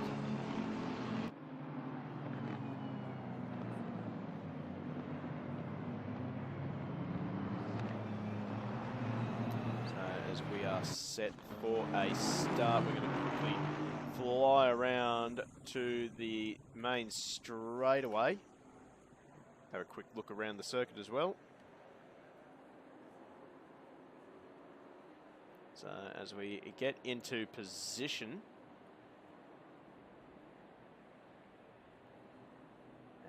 as the field starts to make their way onto the main straight, they're in good formation already. Be set for a start. So the field comes up to the starting point. So we are away and racing. It's an even start from the front row. Lockie Nichols trying to sneak up between both the GTR and the Aston. Are we going to have a clean start to race number 2? Oh no, we're not. He has been spun around. I think he's been collected by 2 or 3 cars. Looked like Chris Munro managed to pick his way through the carnage. We'll quickly fly over to turn number 4. Are we going to have any more carnage? No. Munro trying to squeeze around the outside of Van Wingard. And great start from the field as we rejoin our leader, Stefano Rasciuti. He's already got a little bit of a gap to Matt Cotter, but we saw this in race number 1. But Cotter's Aston seems to take a little while to come up. Or maybe Cotter takes a little while just to get comfortable. But this is a great chance for Rasciuti just to try and make hay while the sun shines, with Munro buried in the pack down in 14th, already up to 14th position. So a great start from Chris Munro.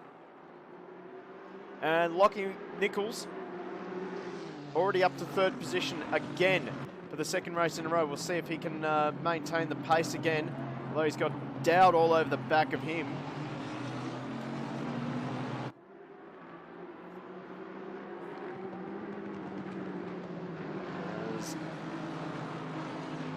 Oh, here we go. So Cotter now, he's got a good run into the final corner.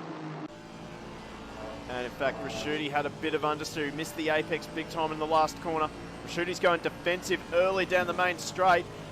Cotter darts out of the slipstream, tries to go around the outside, but that Nissan's great on the brakes. Oh, Rasciuti runs wide. Cotter's on maximum attack now. The headlights are ablaze on the 99 Aston. Rasciuti just misses the apex a little bit. Gets the drive out of turn number 4. Oh, Dowd runs it wide. He's going to lose positions. So only loses 1 though. Ball up to 5th now. Laurie McLaughlin though, he's thinking about a move. It's close enough. Can't quite get it done.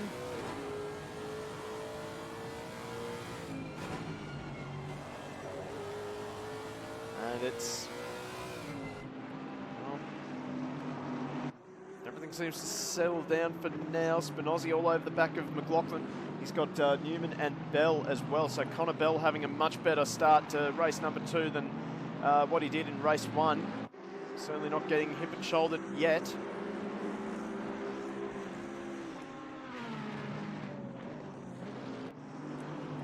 Quickly jump back to our leader, Stefano Rasciuti. Oh, ball running wide. Might give Dowd a chance to slip up the inside. Synthetic mood, where is the normal resolution? It's a good question. Is the resolution not good?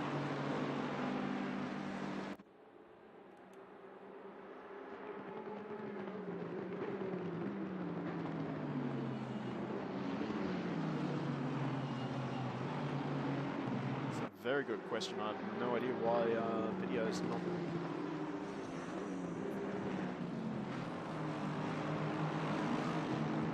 Okay, so it's might just be on your side, synthetic.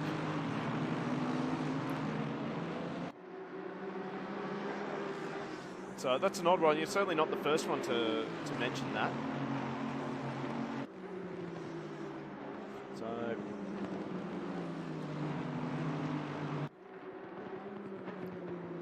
just hanging on to this lead over Dowd.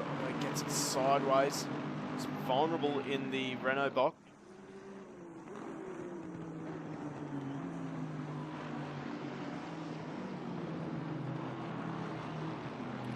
Oh, we got a move here. So Lockie Nichols, he's got a run on Matt Cotter. Can he get the move done into the ADS? Oh, I thought he was going to send it.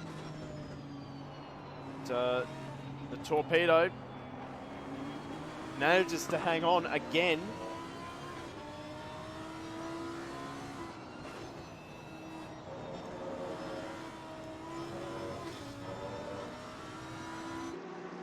Must have been a slight mistake from Cotter that allowed Nichols up the inside of him. But, just didn't have enough. Oh, look at that. We got another change of position. Laurie McLaughlin up into the top 5. And look in the background, just coming onto the main straight now. Who is that? But Chris Munro. Looking up the inside of Shane Poole. He's already up to 12th position. Make that 11th. Oh, he's been given a little touch by Poole. And Paul's going to run Cesana a little bit wide. Cesana manages to keep it on track. Will Van Wingard go up the inside? It was going to be a brave move from Van Wingard. Certainly can't fit 2 cars through turn number 4. So, jump on board with Spinozzi as he sits behind Dowd and McLaughlin.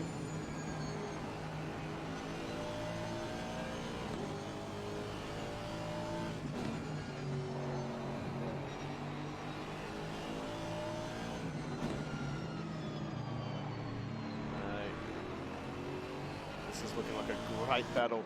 It's almost a 5-way battle. Almost a 6-way battle, actually. So, oh, here we go. So, Dowd trying to sneak up the inside of McLaughlin. He's got the run up towards the ADS. Just not close. Oh, he's going to send it anyway. And, oh, McLaughlin, a bit of hip and shoulder. They're going to be 3 wide.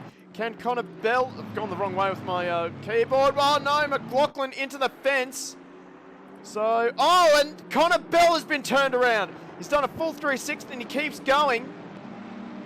Oh, we're going to have to unpack that one in a replay.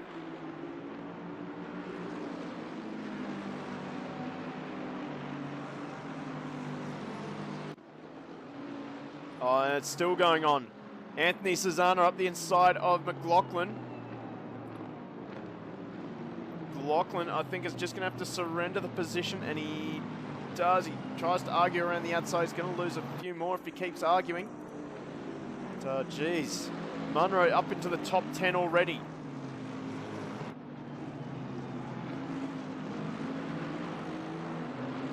So Rasciuti has already opened the gap out to over 1 second to Matt Cotter.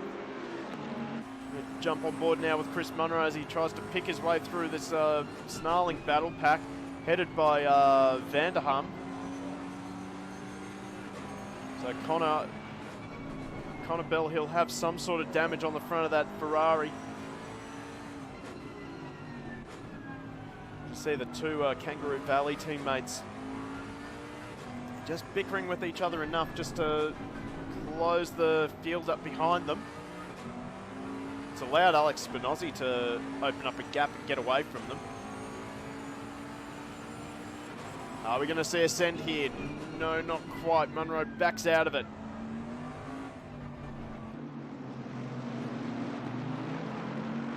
He's got Shane Poole with him as well, so certainly Poole is one of the big beneficiaries of all this fighting. And following Chris Munro as well. Now Munro's got the run out of the final corner. He's going to be side by side with Connor Bell. This is going to be pretty simple for Munro. The power of the Bentley down the main straight. Nothing that Ferrari can do. Up ahead, the Kangaroo Valley teammates are still battling with each other. Newman's going to try and send it up the inside. He's gone a little too far. Is he going to make contact with anyone? No. Bell tries to go around the outside. He's going to make it work, I think. And he has made it work. So Zana now, he's too wide with Shane Poole. This is very game as they're coming up to this fast right-hander.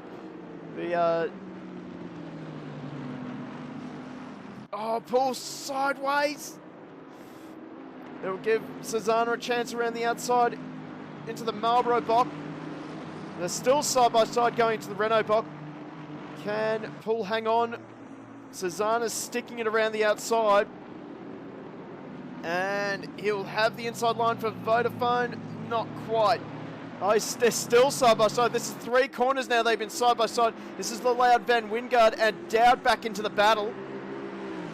As they head up to the ADS, someone's going to have to surrender the corner. Oh, Cesana's really driven it hard in. And Poole has actually braked early to give him space. And it has worked in Cesana's favour. And now they're too wide just behind. Dowd trying to go around the outside in Kumo box. Gets it done. So all that battling has really allowed, and here comes Terry Darwin actually up the inside as well. So opportunistic driving up and down the field. Darwin has to pull out, just not close enough this time by. Chris Munro, meanwhile, he's battling with Vanderham. Vanderham fires it back up the inside of Munro. Munro will just go for the switchback, gets it done. That's P6 now for Chris Munro. Great couple of first laps for Chris Munro in this second race. And the car's looking pretty tidy as well. Ruka, why even choose the Ferrari? Does not seem like a good car, mate. It's not that bad a car. It's certainly very stable. It just doesn't seem to have the straight line speed of cars like the Bentley or the GTR. There's nothing wrong with the Ferrari. Aside from the fact that it's... Oh, actually, I'm not going to make that joke. That will get me killed.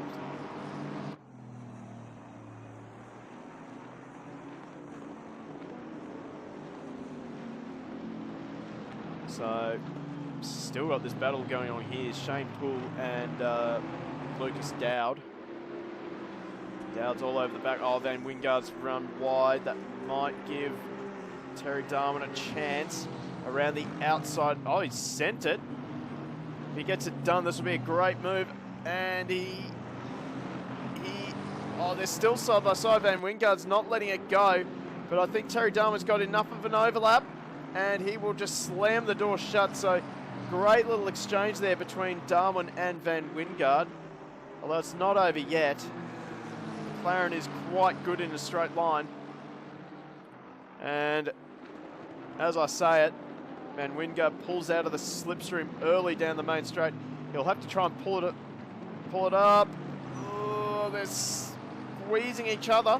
But he manages to get the position back. So this is really entertaining battle for the minor positions. Darwin trying to sneak the nose in under the McLaren. Just can't seem to get it done. We're now right on board with Terry Darwin. He's actually got a bit of front end damage as well, looking at how that bonnet is shaking.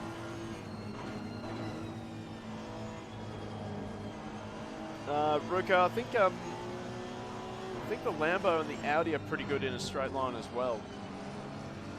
But yeah, Bentley and the Nissan, they're pretty quick. got a battle up ahead as well. Like Dowd on Poole. Oh, they're very tight. And in fact, it's pretty tight up here as well. So you got Newman, Bell, Vanderham, Susanna, Poole, and Dowd. This is all battling for 7th position. Munro's already just skipped away from this lot. He'll be happy that he's away from some of the mid-pack battling that's going on. It's still on between Dowd and Poole. Poole off the track. He's managed to just keep it out of the fence, but he's going to be a little bit frustrated with that. I think he just grabbed some dirt on the exit. And once you do that, oh, hang on, we got 3 wide going on here. Newman up the inside of Bell. Susanna trying to take advantage. He might even get the move done at turn number 3. They're still side by side. Susanna still around the outside. Newman gives him space. Oh, Susanna almost oversteered into the side of Newman. God, I really want to check out that opening lap melee between, I believe it was McLaughlin and a couple of others. But, geez, the fighting just hasn't stopped.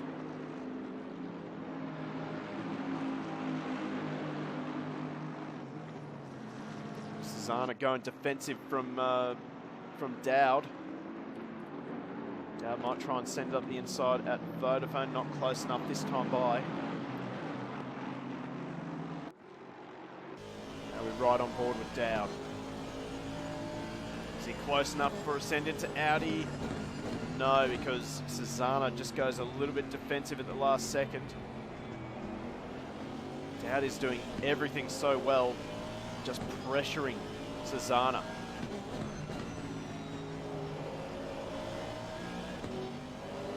Oh, Susanna now makes a mistake going into the final corner, but just nowhere to go for Dowd. He has to get out of it himself.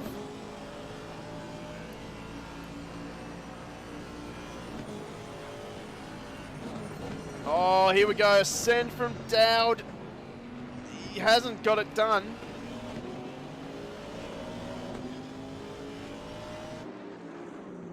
Great battling here. This is all for 8th place as well, by the way.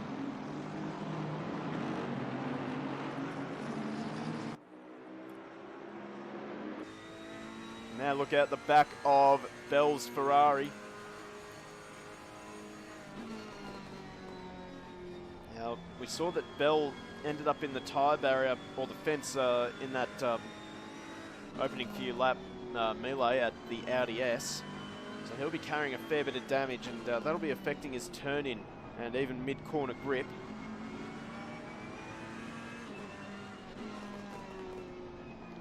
Geez. Oh, we got a yellow flag out.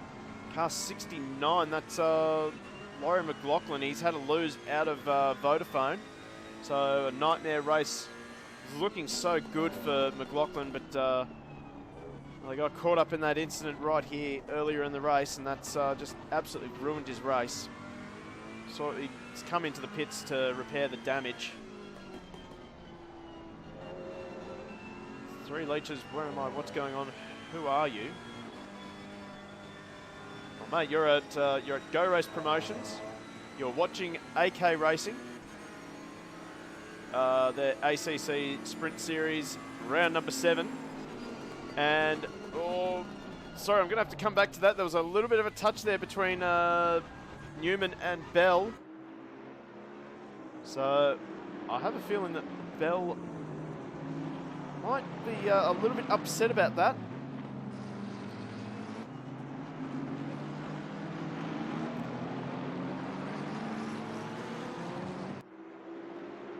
Three leeches. Cool. Yeah, mate. Glad you got it. Had to do that rather quickly.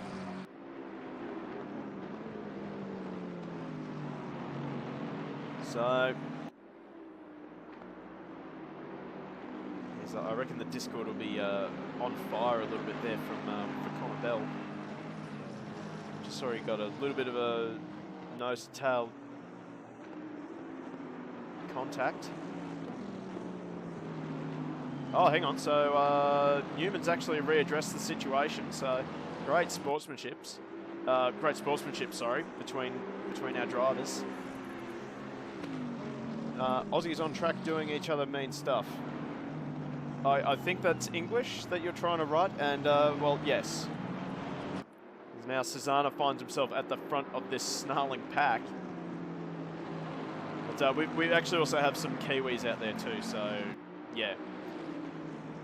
Yeah, Pommy, I thought it might have been. Welcome to the stream anyway, 3 leeches.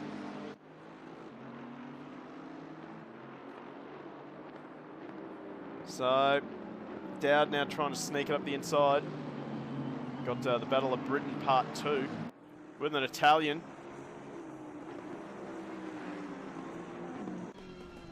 So Connor Bell, he'll be trying to make up some positions after that, well, that binning. He copped at turn 1 just a lap ago.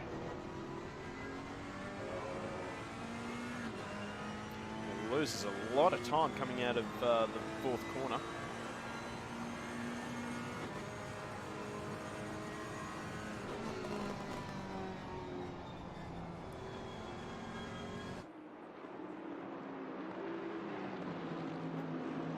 So this is really settled down, but we got another battle here. We got Chris Munro's closed right up onto the back of Alex Spinozzi. So Chris Munro started in 19th position, and in only a couple of laps, he's made his way up into 6th, and he's he's converted his Bentley Continental into a 4-wheel drive. Had to do a bit of mudding there by the looks of things. So he's going to have to do all that hard work again to catch up to the back of Spinozzi. So commentator's curse in you just witnessed a live commentator's curse. Well, that was instantaneous as well. I'm quite impressed with that. Didn't even finish talking about how well Chris Munro has done. Jamie Wincup fan, welcome back, mate. You've just joined at 20-minute mark for race number 2. Currently watching Chris Munro. We were just saying how well he's driven after not setting a time in qualifying, having to start off 19th. And, well, he binned it just as we were talking about him. So while all this has just settled down, we're going to take a quick replay to find out what actually happened on that lap that we had all that carnage take place. So, no, that's the wrong way. We wanted the Lexus here. So he's still there, still there. There we go. So we're going to quickly go into free cam and just work out what on earth happened to Laurie McLaughlin. So we had a send there from Lucas Dowd, bit of hip and shoulder. And we had 3 or 4 wide, and then a bit of wheel spin for McLaughlin. And for Connor Bell, oh, he's been turned around by one of the Kangaroo Valley Bentleys. So not a bad little 360, but I'm sure he would have been a little bit happier not to have the 360 in the first place. Jamie Wincup fan is V8 Supercars every second weekend. Mate, pretty well. It's alternating on Sundays that we go from V8 Supercars to ACC. And well, we're very happy to also add GT Club to our list of broadcasted leagues. And I believe they're going to be launching a new league with V8 Utes very, very soon. If Binomial Eagle is in the chat, maybe you can correct me on that. Lexus livery. Hang on, I'll get back to that, Ruko. We've got a send here from Chris Munro. He's almost got it done, but Spinozzi's arguing. Oh, bit of hip and shoulder. And Munro has taken the position away from Alex Spinozzi, who's driving the pink ass, and they need a massive find. No, what, because it's pink? Is that the only reason?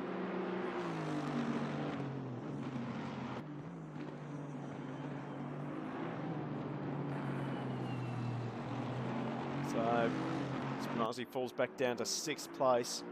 He's now got Cezanne all over the back of him, so wooden spoon, oh god. Right, let's head back to this battle here. Connor Bell, he's still in the thick of it at the moment. He's got Lucas Dowd behind him. He's just trying to break the slipstream of the Aston. Not much of a slipstream that the Ferrari offers as Dowd thinks about it, has to pull out of it. So, Ruka, do I like that Lexus livery? I assume you are talking about Laurie McLaughlin's livery. You know what? It's not too bad. Not too bad. Red and black works a treat. Works pretty well. So actually, the two Lexuses are just Lexi. Doing some formation driving there. So we're almost set to open up our pit window. Just over a minute to go. As Connor Bell continues to hold off Dowd. He's doing pretty well with the damage to the front end of that car.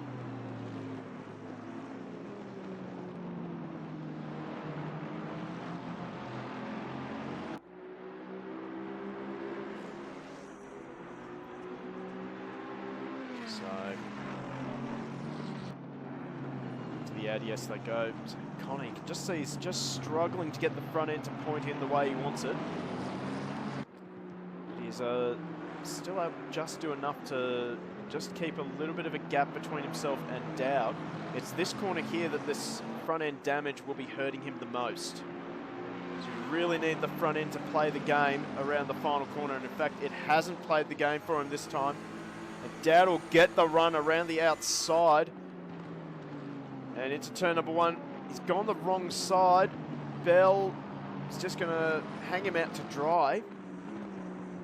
And he'll hold on to that position again. So this is great defensive driving from Connor Bell. As the pit window now opens, I can almost guarantee you that the first car to come in will be that 808 Ferrari. He'll be wanting to get that front end fixed up.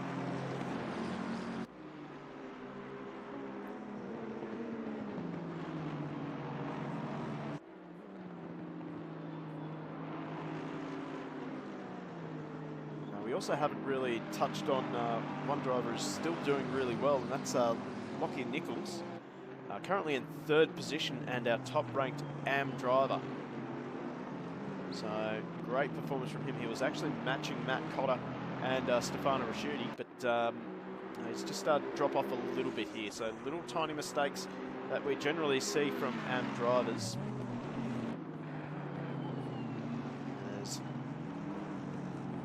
I'm expecting to see this car into the pit lane this lap, as Cotter into the pit lane, Nichols into the pit lane, and Ball into the pit lane. So they're going for the undercut, and the undercut really works around here pretty well. So into the pit lane. Oh, they're going side by side. In fact, Connor Bell, I think he was trying to get into the pit lane, but well, Dowd managed to get a run. And he sort of parked the Aston up the inside of the Ferrari, and Bell just couldn't get in. So he's going to have to do another lap with the damage on this Ferrari. So he'll be rather frustrated with that. And, well, at least he won't have Lucas Dowd all over the back of him for a lap.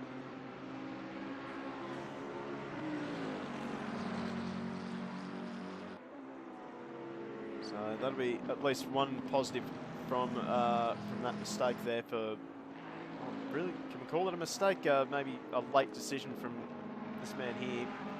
Expect to see him into pit lane this time by, though. Doubt he can hold on to those tyres for much longer with the amount of understeer that he has.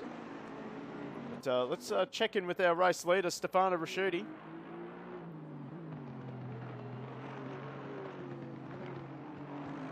So he's got a commanding lead at the moment over Chris Munro. He had about a 4-second gap over Matt Cotter. before Cotter jumped into the pits.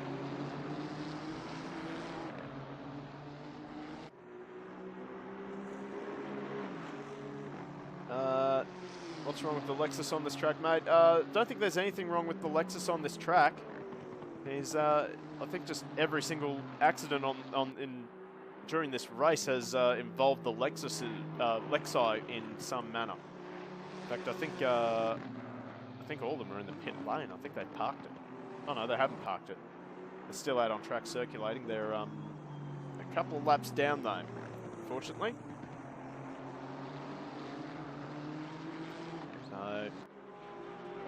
Oh, Poole has got a stop-go penalty, 30 seconds.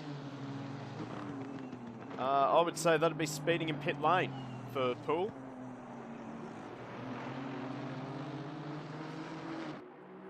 So that is the end of Poole's race, unless they did they change the speeding in pit lane penalty?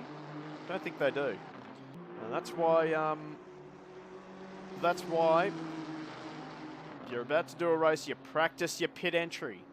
There's a very difficult pit entry here at Zandvoort. As Rashuti continues on his way, you might want to think about coming into the pits very, very soon.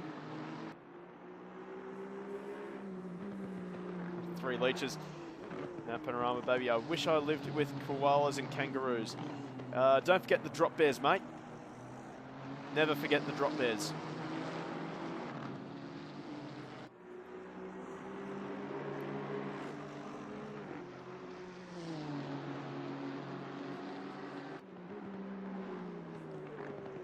Oh no, Newman's also got a stop-go penalty, 30 seconds.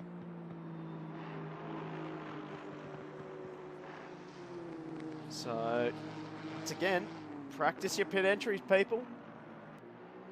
That way you avoid these sorts of moments.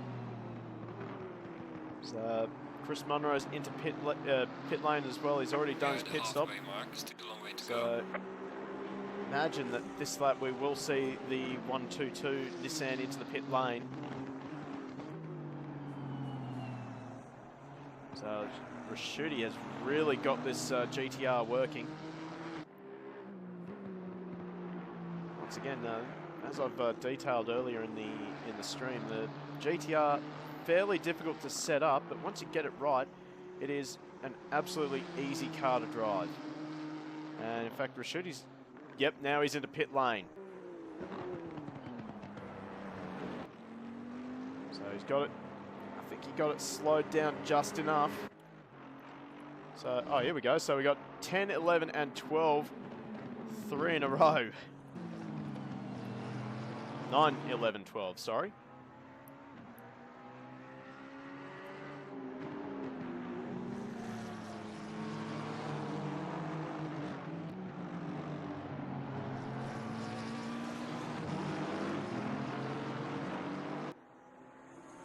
So, well, you say that we don't care about rules, but I can see that I think it was Poole has already taken his stop-go penalty, and Newman has taken his stop-go penalty. So there you go. We do care about rules. Eh.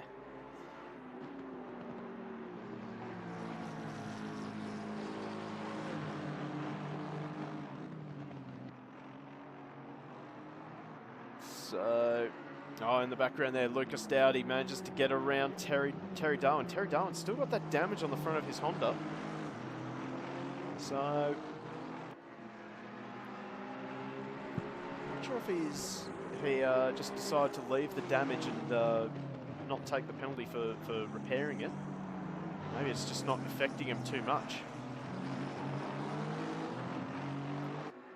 Certainly, this is the closest battle on track, although this is the power of the undercut. So Rashuti was 4 seconds ahead of Matt Cotter, and he's come out half a second behind him after the pit stop. So we talked about the undercut, how strong it is around this circuit, and we've just seen it play out here. So this is effectively the battle for the lead.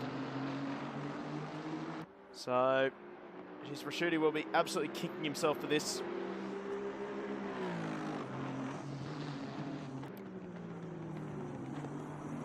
We'll wait and see how the tyre wear is on these cars. Like, certainly very difficult around here to keep the temperature down on the left tyre, I think it is. Front left tyre.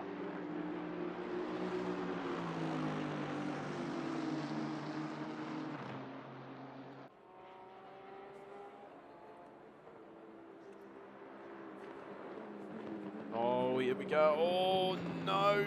So Van der Hum, he almost balked Cotter big time there. Now will he jump out of the way for Raschuti and allow our 2 leaders to get on with it?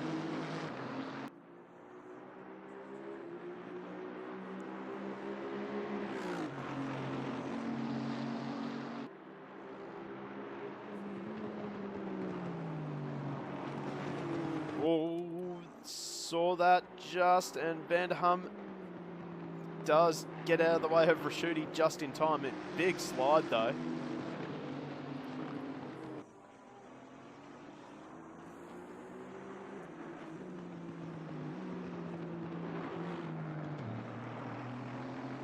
And in fact, we've had 3 DNFs in this race. Looks like all the Lexi have unfortunately retired from the race. So certainly race number 2 did not go to their plan.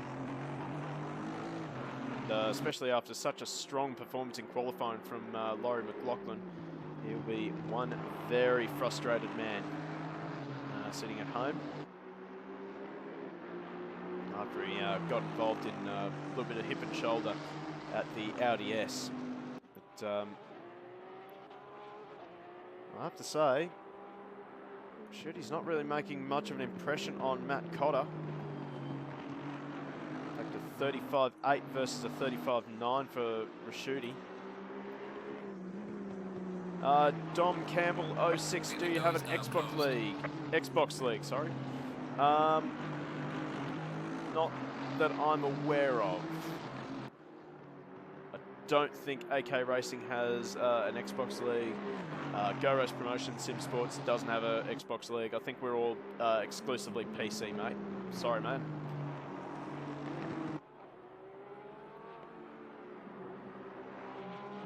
So, big slide from Cotter. Just going through the Marlboro box.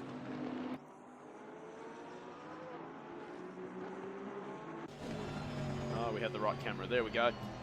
So, as we look out the back of the Aston,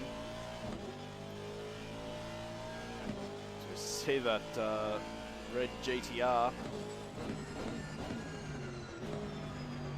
So, could just be me, but that 122 is starting to get a little bit bigger. Raschuti has definitely got the GTR working tonight.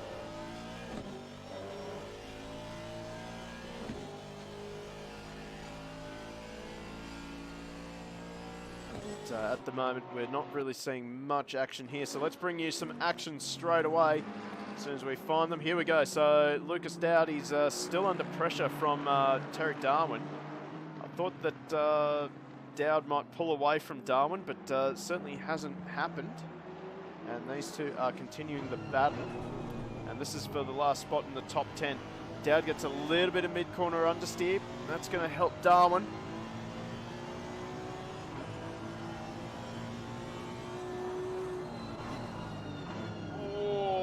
Darwin's so late on the brakes, he's just managed to pull the car up. But, he's certainly lost a bit of time from that.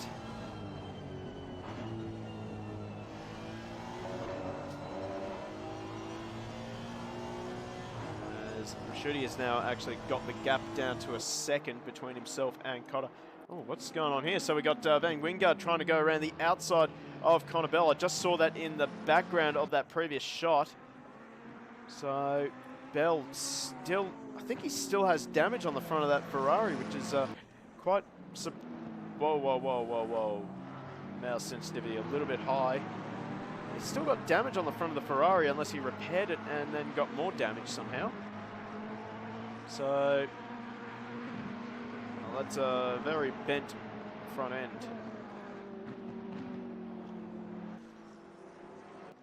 So,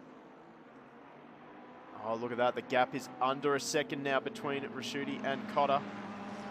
Gonna have to go back to it. The GTR's got pace, but it's going to be very tough to make a passing manoeuvre around this circuit.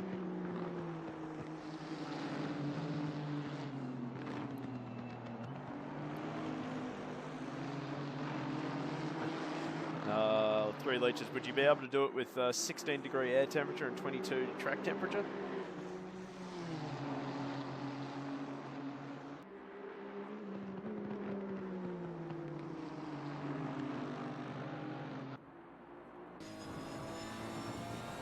Not on board. Tom's only racing the wet. So he's doing 134s in the wet. There you go.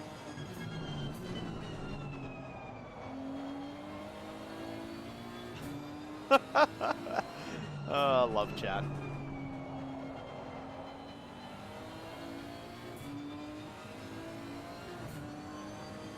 So Rashudi now, he's starting to visibly close the gap between himself and Cotter. He is driving this GTR so hard.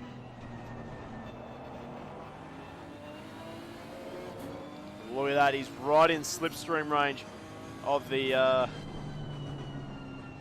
Aston. He runs it a bit too deep through the Kumo box.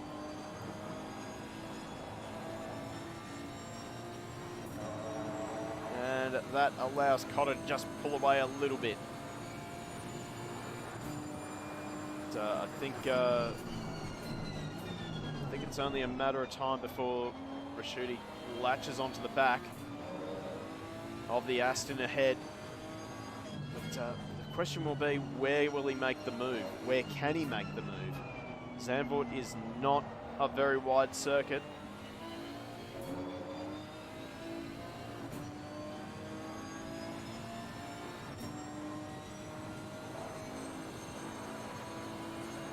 And, well, really, the Aston is a fairly wide car when you look at it.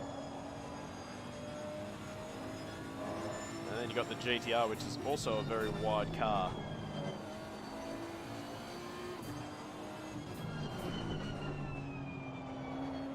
A little mistake there from Cotter.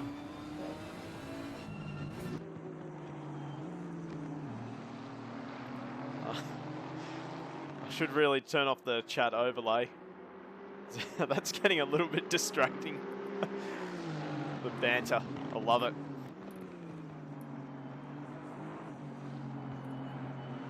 So Cotter's still holding on. He's now got a GTR filling his rear vision mirror.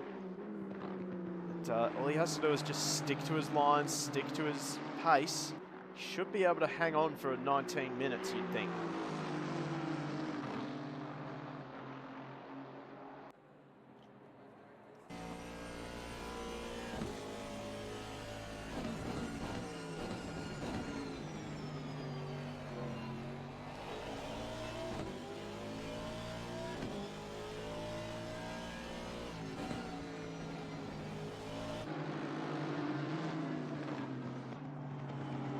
So,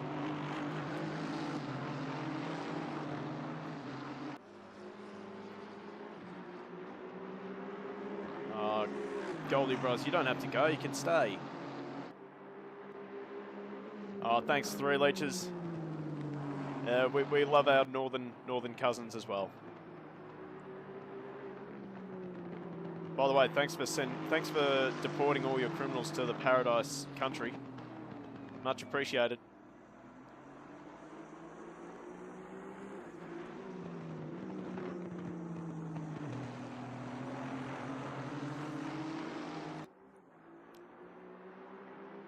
So, Cotter's just hanging on now.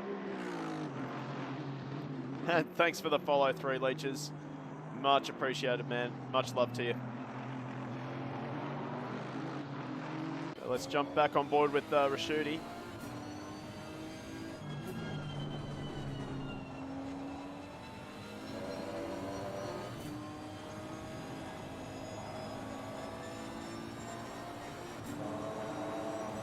So, just doesn't seem to have enough to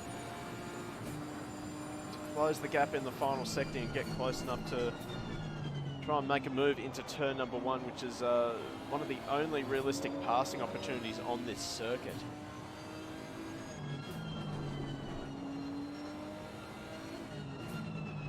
Oh, Cotto runs it a bit deep, misses the apex, manages to get it in for a late apex. They'll give him good drive through this roller coaster section.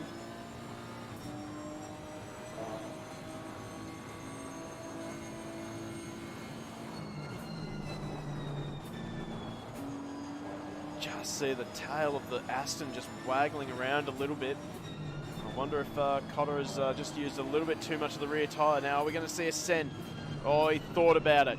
Raschuti definitely thought about the send.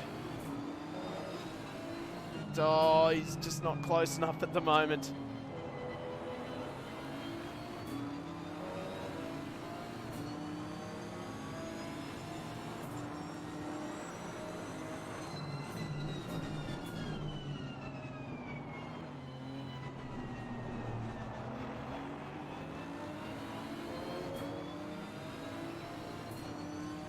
See Raschuti just moving around. Oh, he just can't get it pointed in at the Kumo bog. That's really hurting him in the final corner. Although Cotter runs a little bit wide on the exit. So it's still the same order that it was a few laps ago. I can also see that Chris Munro is catching the back of Lockie Nichols at a rate of knots. And he's also bringing Jono Ball with him, so that's a three-way battle for third position. So, God, I'm scared to look away from this battle because I've had a really bad track record of looking away and then all the action kicks off for the lead. Oh, we're going to do it. So, Chris Munro now, he's had a great race from 19th on the grid and he's sitting in 4th position and he is looking good to take 3rd. Oh, just... There we go, commentator's curse live in action right there.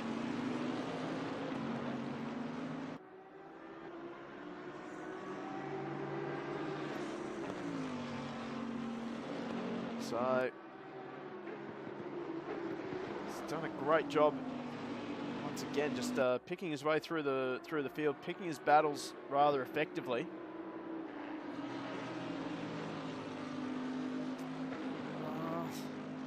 Sort of trying to keep an eye on the mini-map as well, see what's going on between Raschuti and Cotter.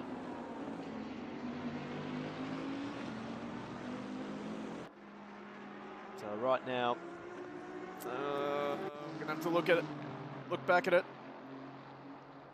Is Raschuti close enough this time? No.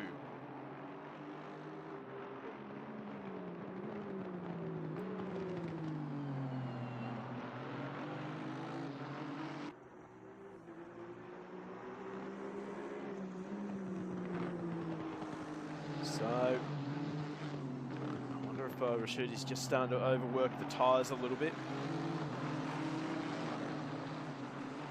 He's just starting to drop off a little bit off the back of Cotter's Aston.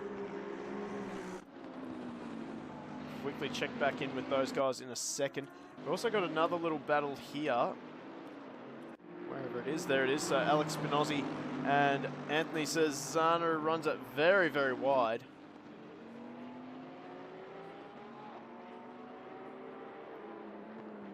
Cesano thought about ascend into turn number 1. He pulled out of it. It's not close enough this time by. Looking at the back of Spinozzi now.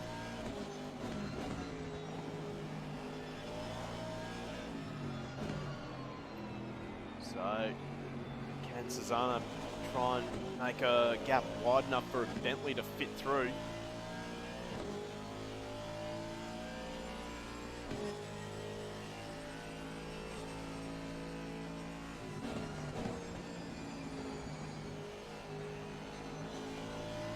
Not looking good for him at the moment. We're coming up to a good passing opportunity at Renault Bock. See that Cesano, oh, he definitely went for the move. Just not close enough this time by.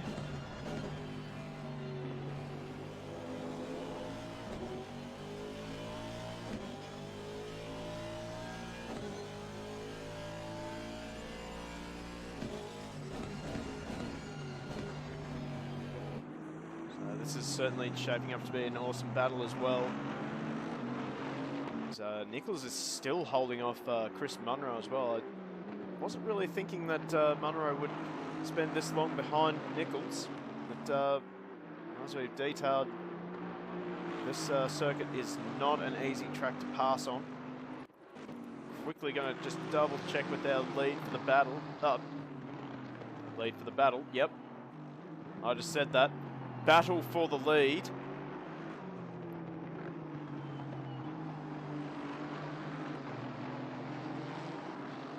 Ah, that's on the internet. That's never going away.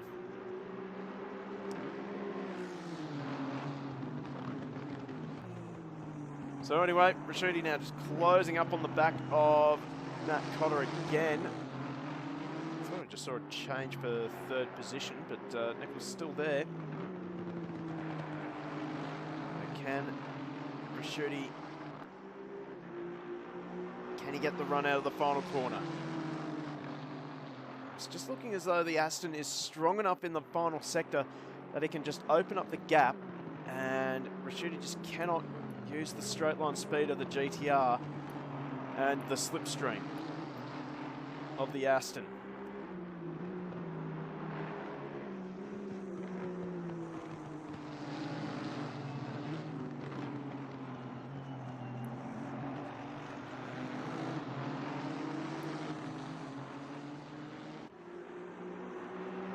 Again, Rashidi making a small little mistake. Just got 10 minutes to go in this race. We'll be feeling the pressure. Matt Cotter, oh, what's going on up ahead? Oh, we got lap traffic. This is a nightmare for Cotter. He doesn't need this. Gets balked slightly on the apex of Marlborough Bock.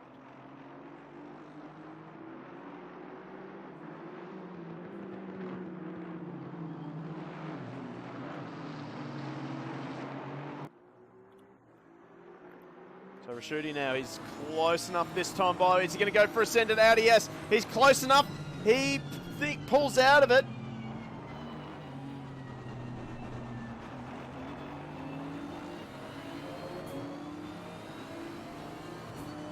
This is where the Aston is much stronger than the GTR, unfortunately. And Rashidi is just going to be a little bit helpless at this point. Oh, Cotter runs it very wide. He misses the apex by a mile, but he still manages to hold the trajectory. So that Aston is really good on the mid-corner. Oh, Rashidi in so deep. He almost loses it. Manages to hang on to it only just, though.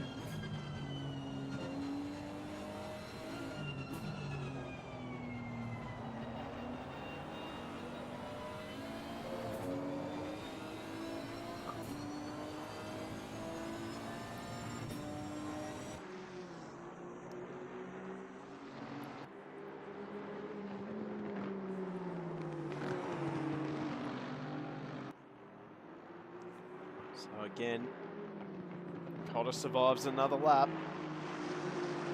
Just got to wonder how long. How long is it going to be before we see the number 122 get in front of the 99?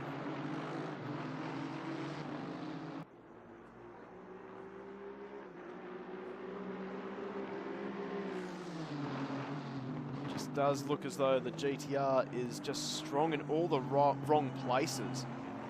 Just cannot make a move stick.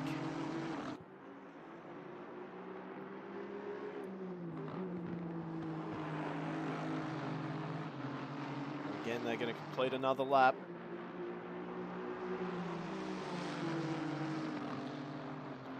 Nose to tail once more. Rashidi is a lot closer this time by. Just not close enough. As the time continues to tick down.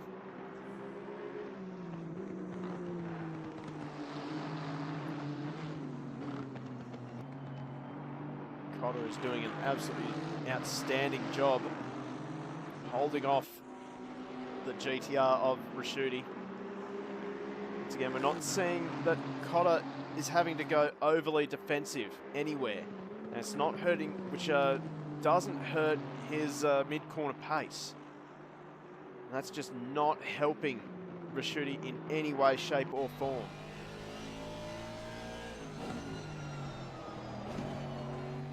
Oh, little mistake. Gives Raschuti a chance. He has a sniff. Can't quite get it done.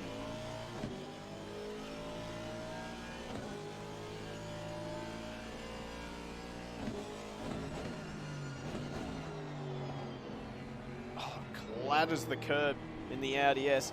That does bring the Nissan closer this time. But again, strong in all the wrong places for Raschuti. And then he runs wide at Kumo. Oh, he's gone! Raschuti's into the fence! Oh, huge shame for Stefano Raschuti. He should hold on to second. They had a sizable gap. We can see Lockie Nichols is still in third, just coming out of the Audi S. Oh, you got a feel for Raschuti. He was driving so well. He was running out of time. I think we're about to see Lockie Nichols about to visit Narnia. Oh. Oh no. I think Nichols... His internet's just stabilizing again. Oh, oh no. Oh, this must be so off-putting for Chris Munro. Seeing this Lamborghini in front of him warping all over the place. In fact, Munro's actually got the windscreen wipers going.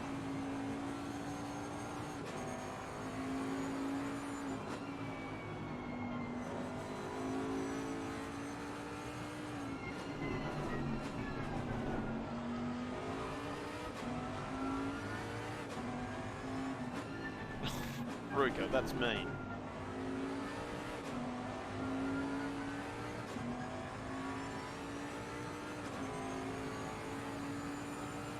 Goldie, just ignore Ruka. He is a bit of a troll. He's a friendly troll, though.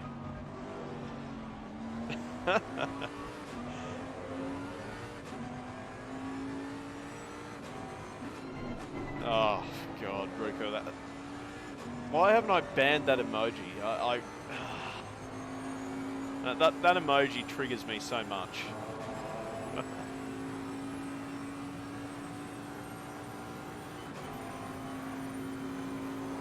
Custom emotes.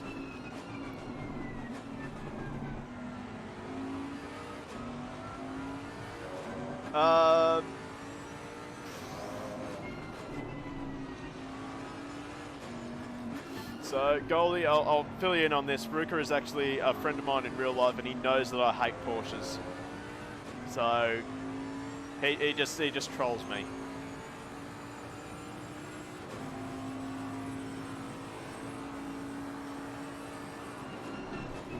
Just don't feed the troll. Let him sit under the bridge.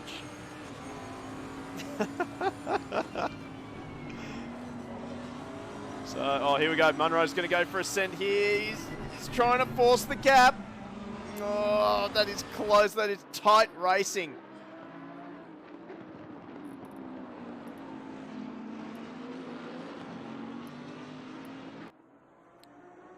So, Nichols again, just putting his car in all the right places. Zandvoort is such a difficult track to make a passing manoeuvre on.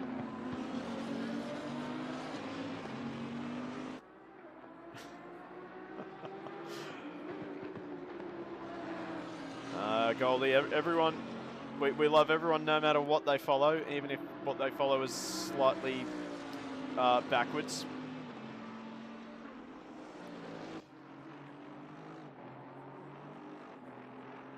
So, Munro again. And we see Nichols just angling it into the turn one, really covering off that passing opportunity for Chris Munro.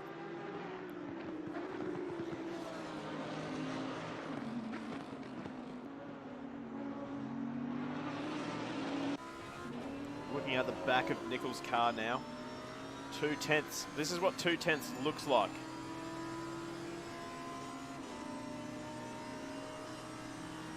Munro's still got the pace.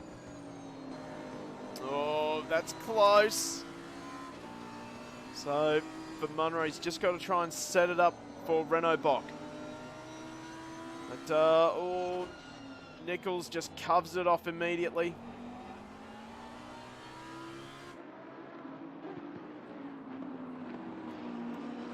And time is quickly running out for Nichols as our race leader, Matt Cotter, is rounding the final corner to start the final lap of this race. Leaders on final lap now.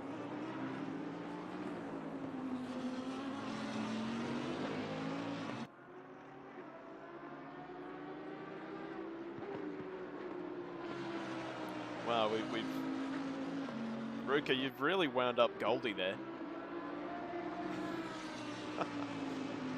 Right. Let's find our race leader. He's around here somewhere. There he is. So Matt Cotter.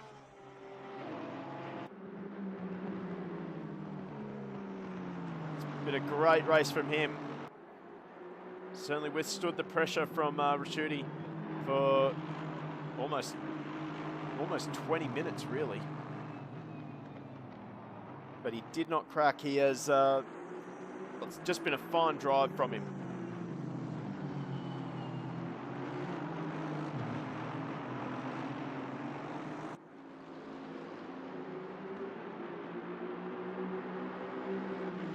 He's unfortunately got 2 lap cars in front of him. I think well,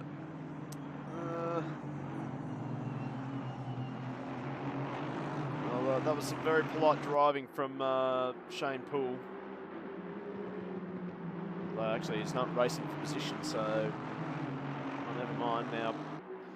Well, Matt Cotter, he came second in race number 1, and he'll cross the line first this time by.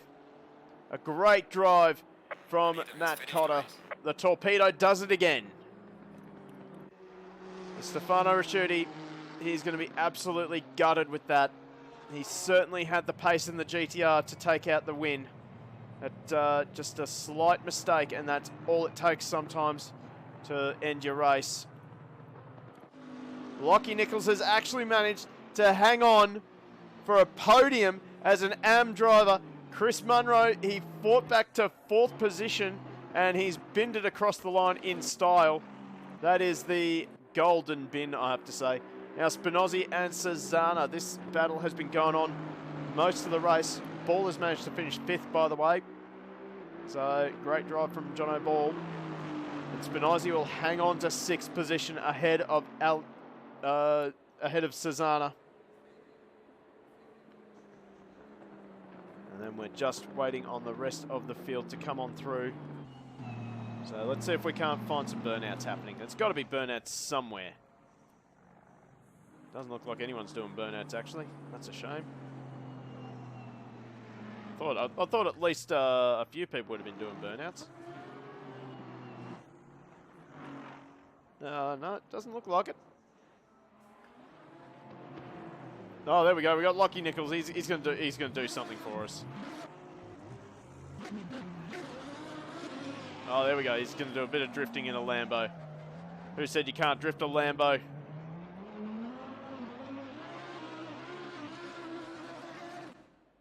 Okay, well that wraps up tonight's action. Let's have a nice little look at our field. So let's return to the garage and wrap this stream. Oh my God, what is going on there? There we go. All right, so race number 2. Here is your results. Matt Cotter is your winner in the Aston Martin. A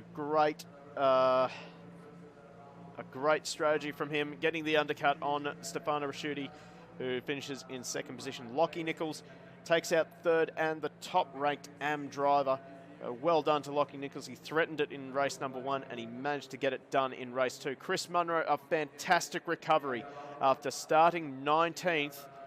He managed to fight his way back to 4th position. John O'Ball in 5th and 2nd of the AMs. Then we have Spinozzi, Cezana, Bell, Van Wingard, and Terry Darwin, who round out the top 10. Then Dowd, Wright, Vanderham, Newman, Ferguson, Poole, and Ross, the last of our finishers.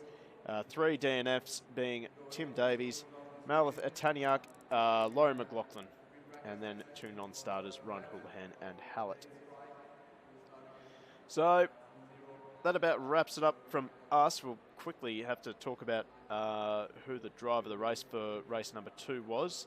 For me, I'm really going to have to go with I'm going to be a little bit biased here because I like Nissans. I'm going to have to say that Stefano Rasciuti, he should get driver of the race for that performance in race number 2. Certainly put the pressure on, and just one little mistake, and it's very easy to make around Zandvoort because there's absolutely no margin for error. That gravel trap is a lot closer to the side of the track than what you think, and by the time you've realised you've grabbed the gravel, you're around. So it's very easy to make a mistake there, but yeah, certainly drive the race from Rasciuti. Although if I had to give out 2, I'd give the second one to Lockie Nichols. A great drive from an AM driver to take out 3rd overall, and managing to hold off Chris Munro as well. That is a fantastic performance from Lockie Nichols. So shout out to Lockie Nichols for a great drive from him. Anyway, that will wrap it up for us. Thank you very much to everyone who joined the stream. I think we peaked at around 30, I believe. Someone can correct me if I'm wrong, but anyway, I'm quite happy with that. So, next stream, we are hoping to bring you the first event of TCX 300. This is a bit of a concept event, sim racing event from us at Go Race Promotions, where we have V8 Supercars, GT3 and TCR all on track at the same time for 300 kilometers of racing. So make sure you hit the follow button, hit the subscribe, the notification bell, and maybe hit the subscribe button if you like us enough. That'd be really, really handy. Anyway, we're going to wrap it up here. Thank you very much for joining us. We will catch you next time.